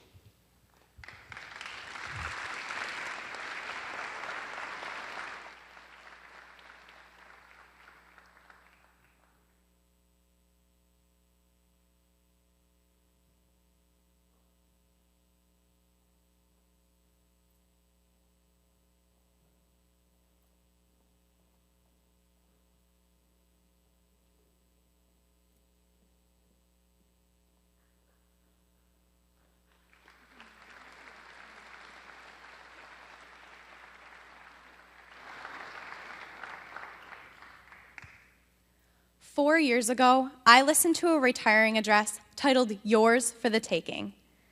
These words, spoken by Lindsay Snyder, made an imprint on my life and in my heart forever. All of you have proven to yourselves and to others that opportunities like this one truly are yours for the taking.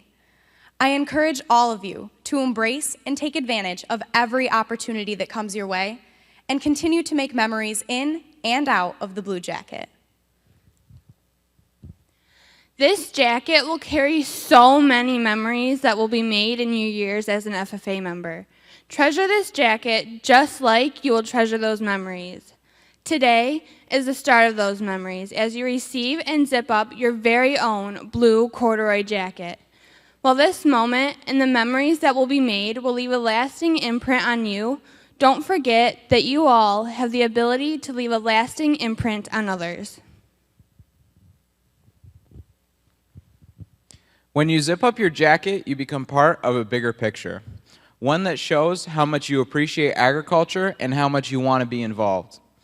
You are receiving this award because we believe that you will bring the jacket and our organization respect, and that you will leave an imprint on your schools, chapters, and communities. Wearing this jacket not only changes the way others see you, but it changes the way you see yourself. Those of you standing here on stage were selected because of your outstanding progress in this association, and we hope you take this opportunity to better yourselves for your futures. There were 80 applicants, and we chose you because you showed sincere passion and a great deal of potential. It is imperative that you demonstrate the behavior expected while in this jacket, and even when you aren't wearing it. As a Jacket Award winner, you will have the opportunity to go out and leave your imprint upon the world. Your FFA journey will prepare you to be leaders in your communities. This jacket is a symbol of pride, honor, and integrity that it will carry through your time. This year, you will have the opportunity to showcase why you were chosen for this award. This award will provide a new blue corduroy jacket to accompany the adventures you will experience. Friendship, growth, and agricultural opportunities are infused in this corduroy. We are making it our goal that you get the most out of this award. Each winner this year will receive, in addition to their jacket, a free week to our FFA summer camp, a free registration to next year's state convention, and a complete registration to this winter's 212-360 Leadership Conference. We can't wait to see how you leave your unique imprint this year. The 2016 Jacket Award recipients will announce their name and chapter as they receive their brand new jackets. Lincoln Belden Madison.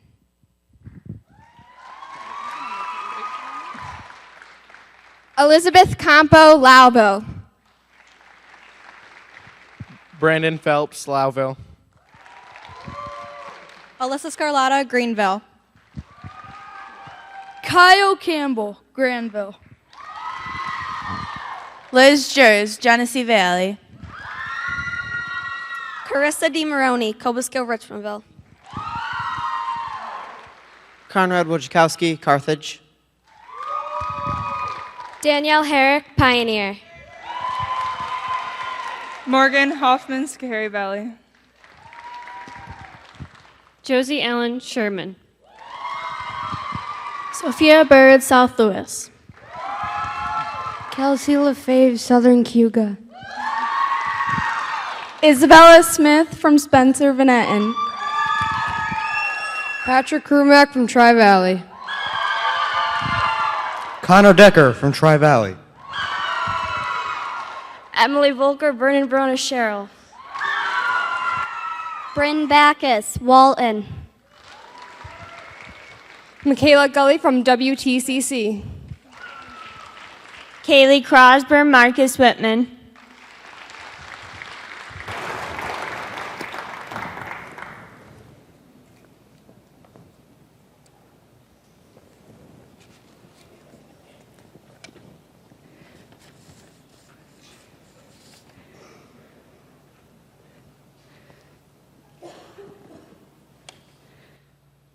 Congratulations to all of this year's Jacket Award recipients.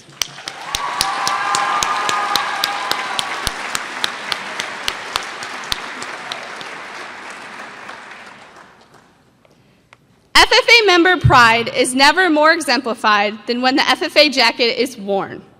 As a new FFA chapter in New York State, less than 3 years old, we proudly award the Spencer Van Etten chapter with this certificate, which entitles you to purchase 10 FFA chapter jackets. May your members' pride shine through each time they put this jacket on to represent themselves, their chapter, and New York State FFA. Let's hear it for Spencer Van Etten.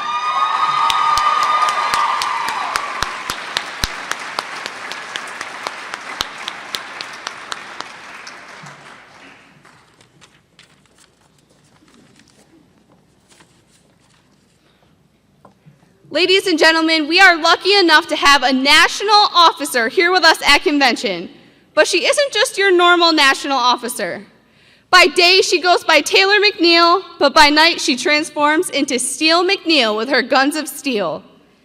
In the beginning of her life, she thought she was just an ordinary girl until she joined FFA and discovered her ability of super strength.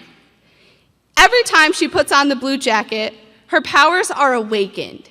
She tours around the country using that strength to empower others and help them realize their true power. Steel McNeil isn't an easy person to track down, which is why we are so blessed to have her here with us tonight. FFA members and guests, please join me in welcoming Taylor McNeil, the National FFA President, to the stage.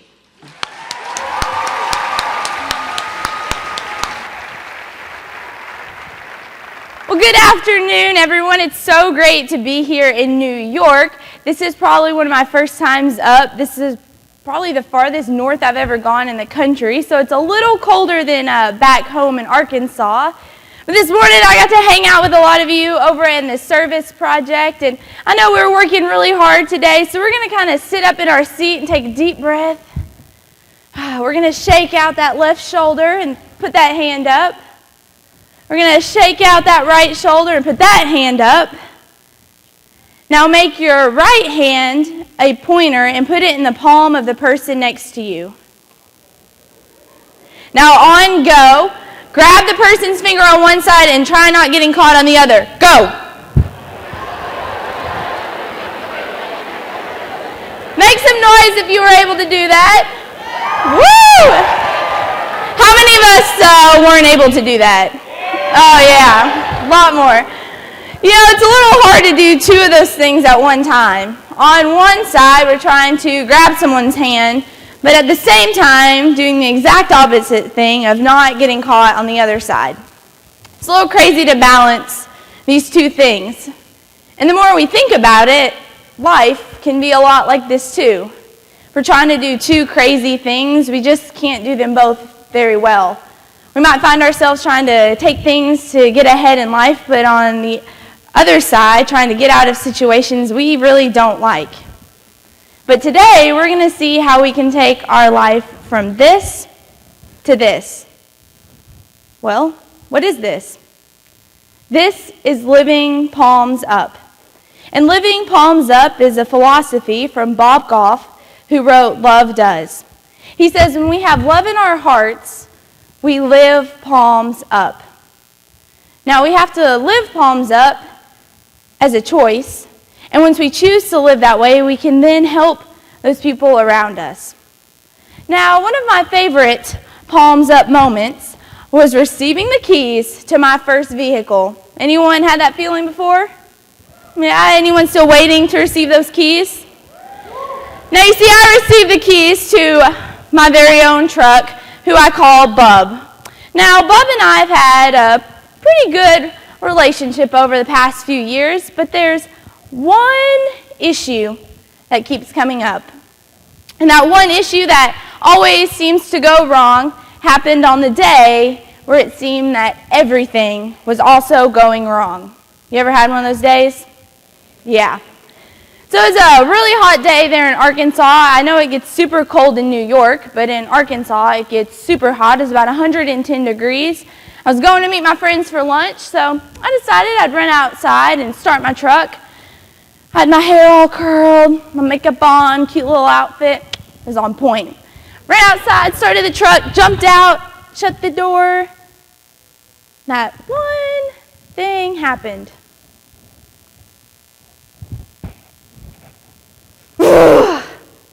Sure enough, Bub had decided to lock me out again. I just clenched my fist, slowly start walking in the house, thinking of how I'm going to tell my dad that Bub locked me out of the truck.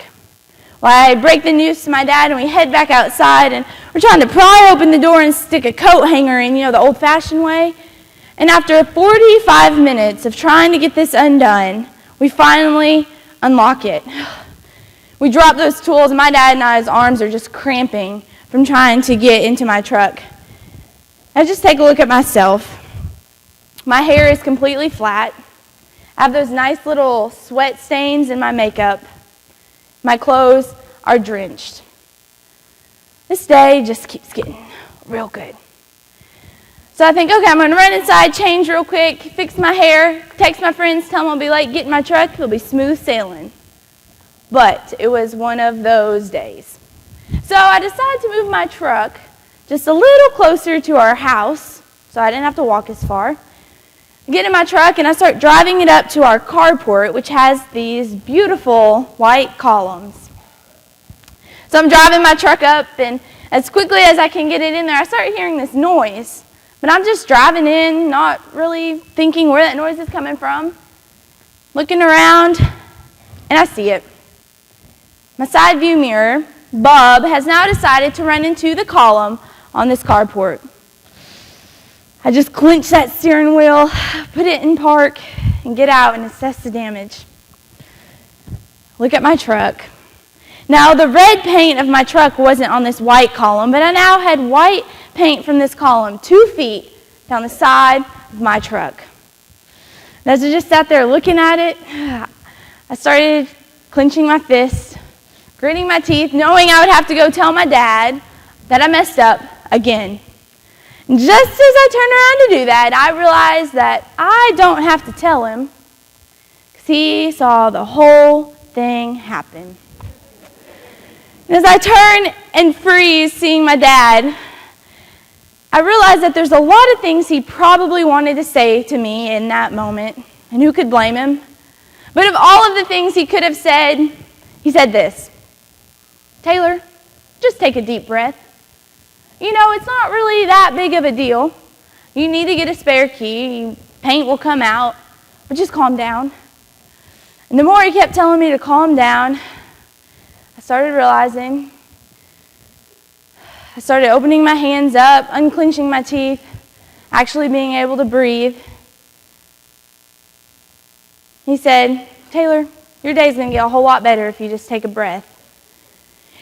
And when I think back to that moment, what my dad decided to do was have a lot of love and patience for me on that day.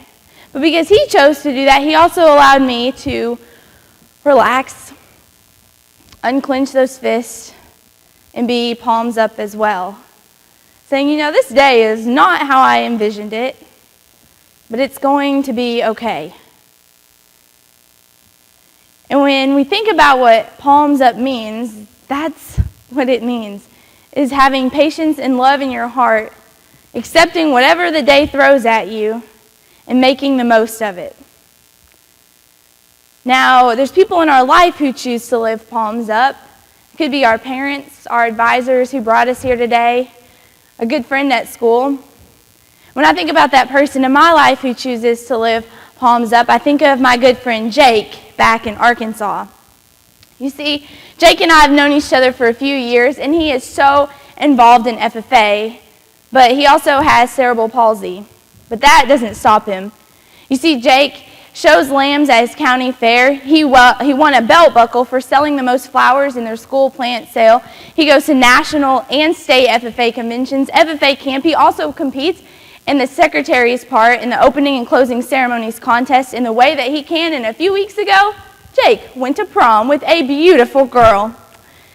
You see, Jake is someone who received a situation in life that he probably doesn't like.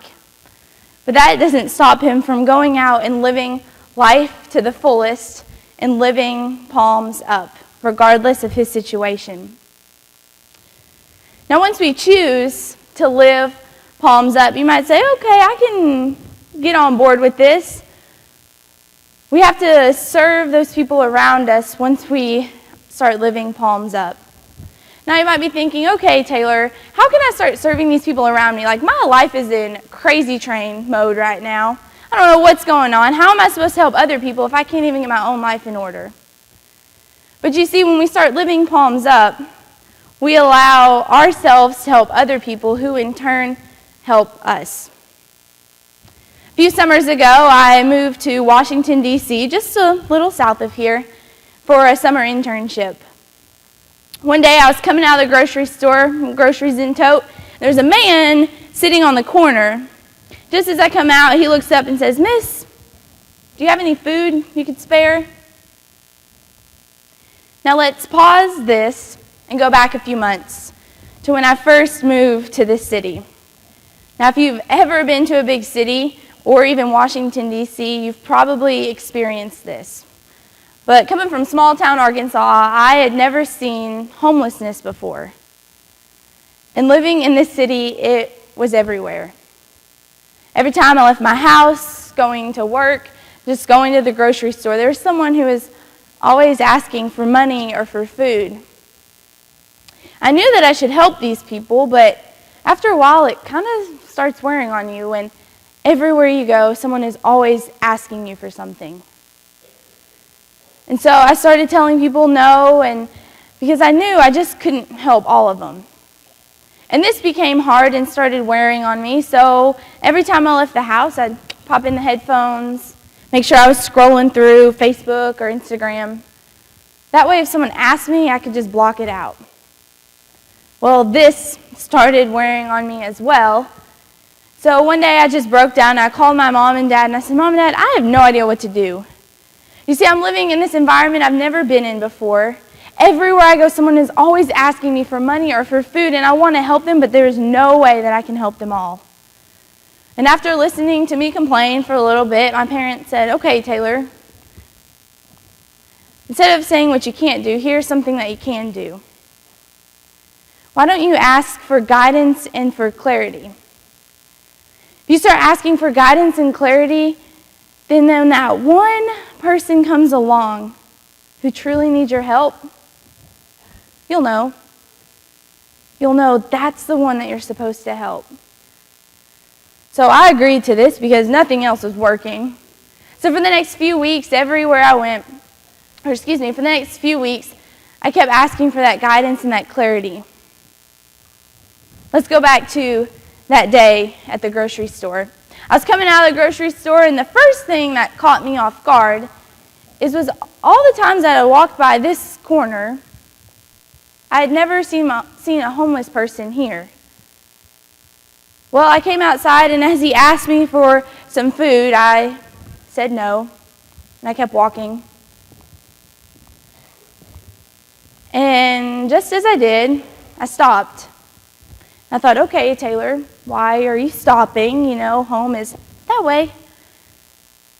So I was just thinking, and I turned around, and now I thought, "Okay, Taylor, why are you turning around? You need to go this way." And as I looked back at that man, this overwhelming sense came over me.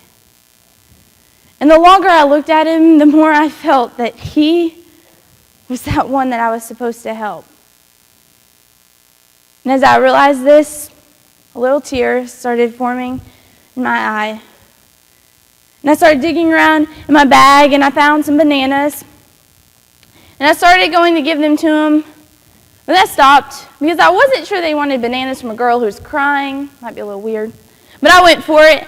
So I walked up to him and I said, "Sir, here you go." And just as quickly as I handed him those bananas, I was back headed towards home.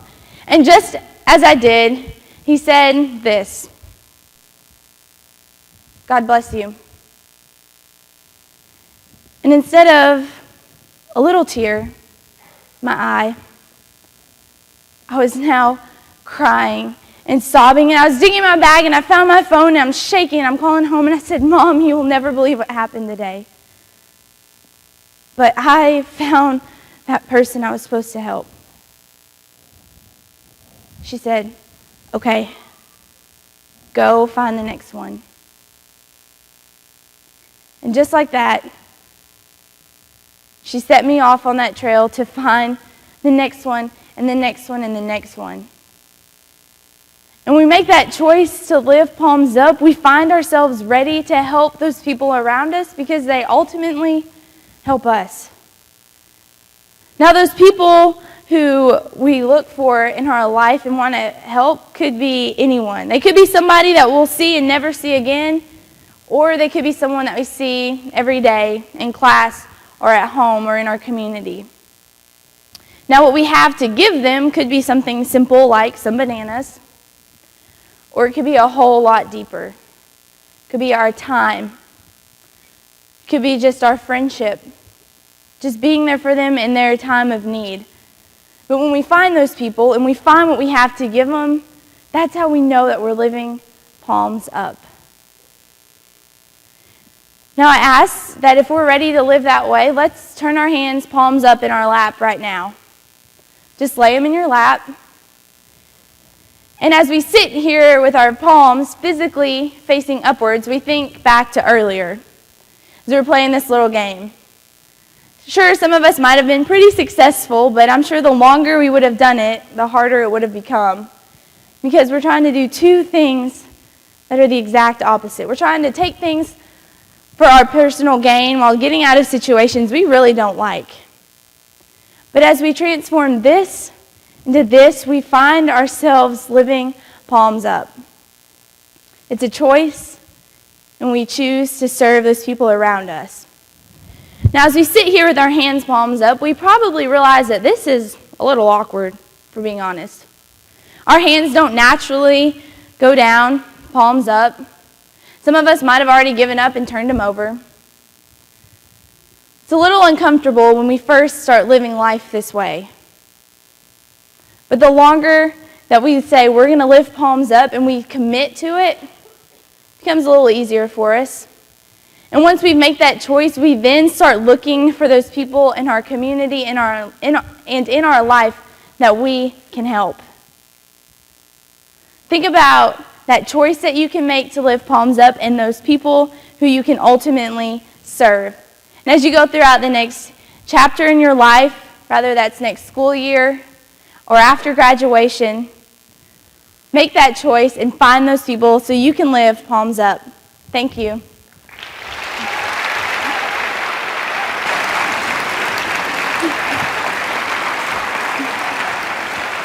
Thank you, Steele McNeil, for being at our convention and showing us the true power of service. Please accept this gift as a token of our appreciation. Thank you. Ladies and gentlemen, let's hear it one last time for our National FFA President.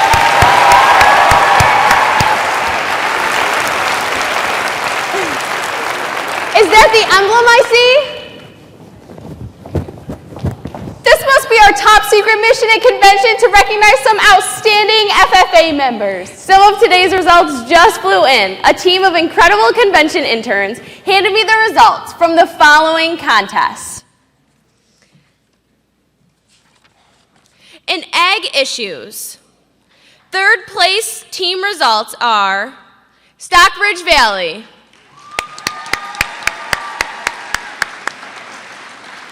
in second place, Tri-Valley, and in first place, Pioneer.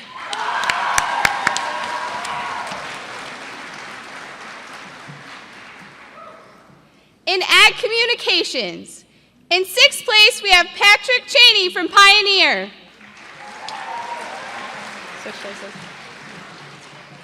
In fifth place, we have Caleb Buffum from Pioneer. In fourth place, we have Emily Carey from Tri-Valley. In third place, Derek Pingree from Pioneer. In second place, Maura Kelly from Tri-Valley. And in first place, Kim Doyle from Tri-Valley.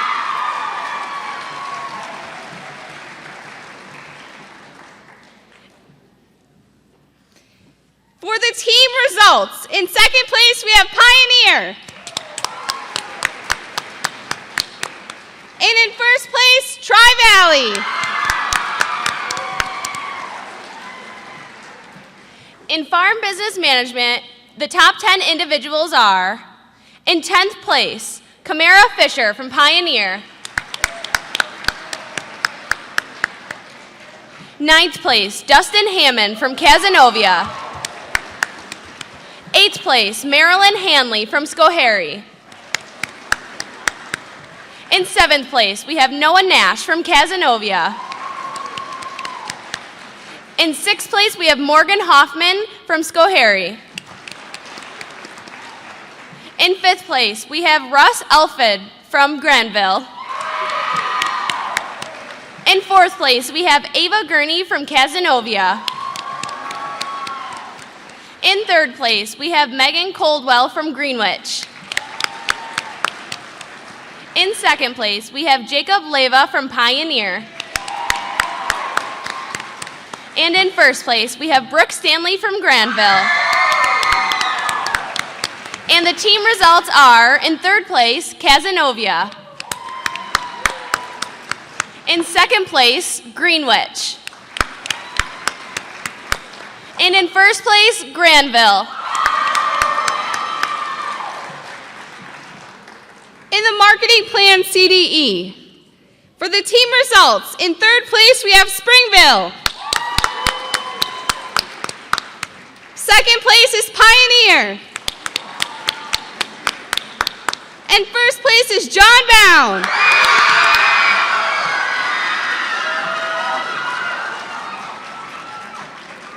Senior prepared speaking. In 3rd place, we have Valerie Lewis from Greenville. In 2nd place, we have Katharina Heitzman from Pioneer.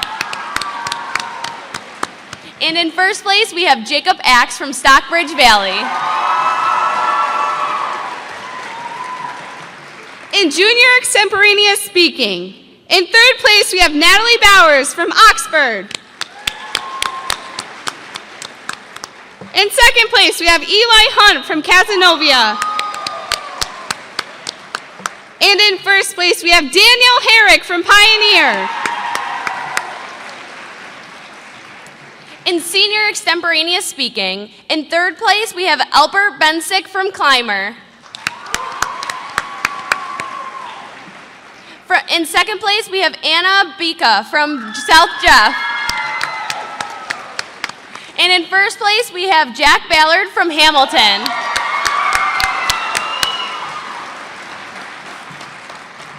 Award plaques will be available on stage for the winners to come up and receive after session is over. And we ask that all of the winners bring their plaques and their great attitudes to session 5 for the Parade of Champions. Congratulations to all of the CDE winners today.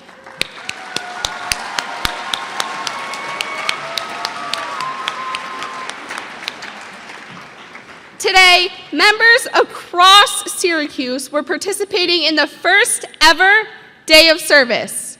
In the meal packing project alone, we committed to 40,000 meals. We ended up packing 20,520 rice and beans meal and 21,020 mac and cheese meals. That's a total of 41,520 meals. Thank you for all of you that live to serve.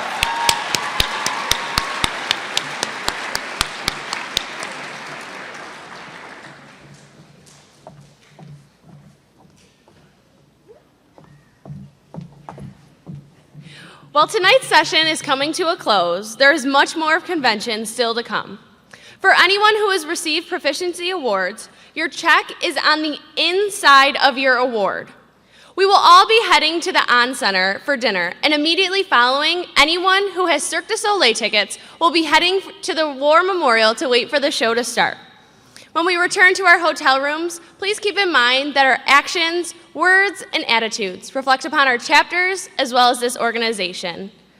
Tomorrow morning, state-level competitions, important delegate work, workshops, and tours require us to be at our very best. Please reference our guidebooks for the schedule and to plan to arrive early to all of the events. As the day ends, know that we always have the opportunity to use our power to imprint those around us. As a reminder, please enter the Convention Center from the doors in the corner of the Harrison and Montgomery building. Imprint is using our power to motivate others, the experiences we've captured in life, our perspectives, the things we're passionate about, our presence we hold, and our accomplishments becoming legacies. Imprint is New York FFA.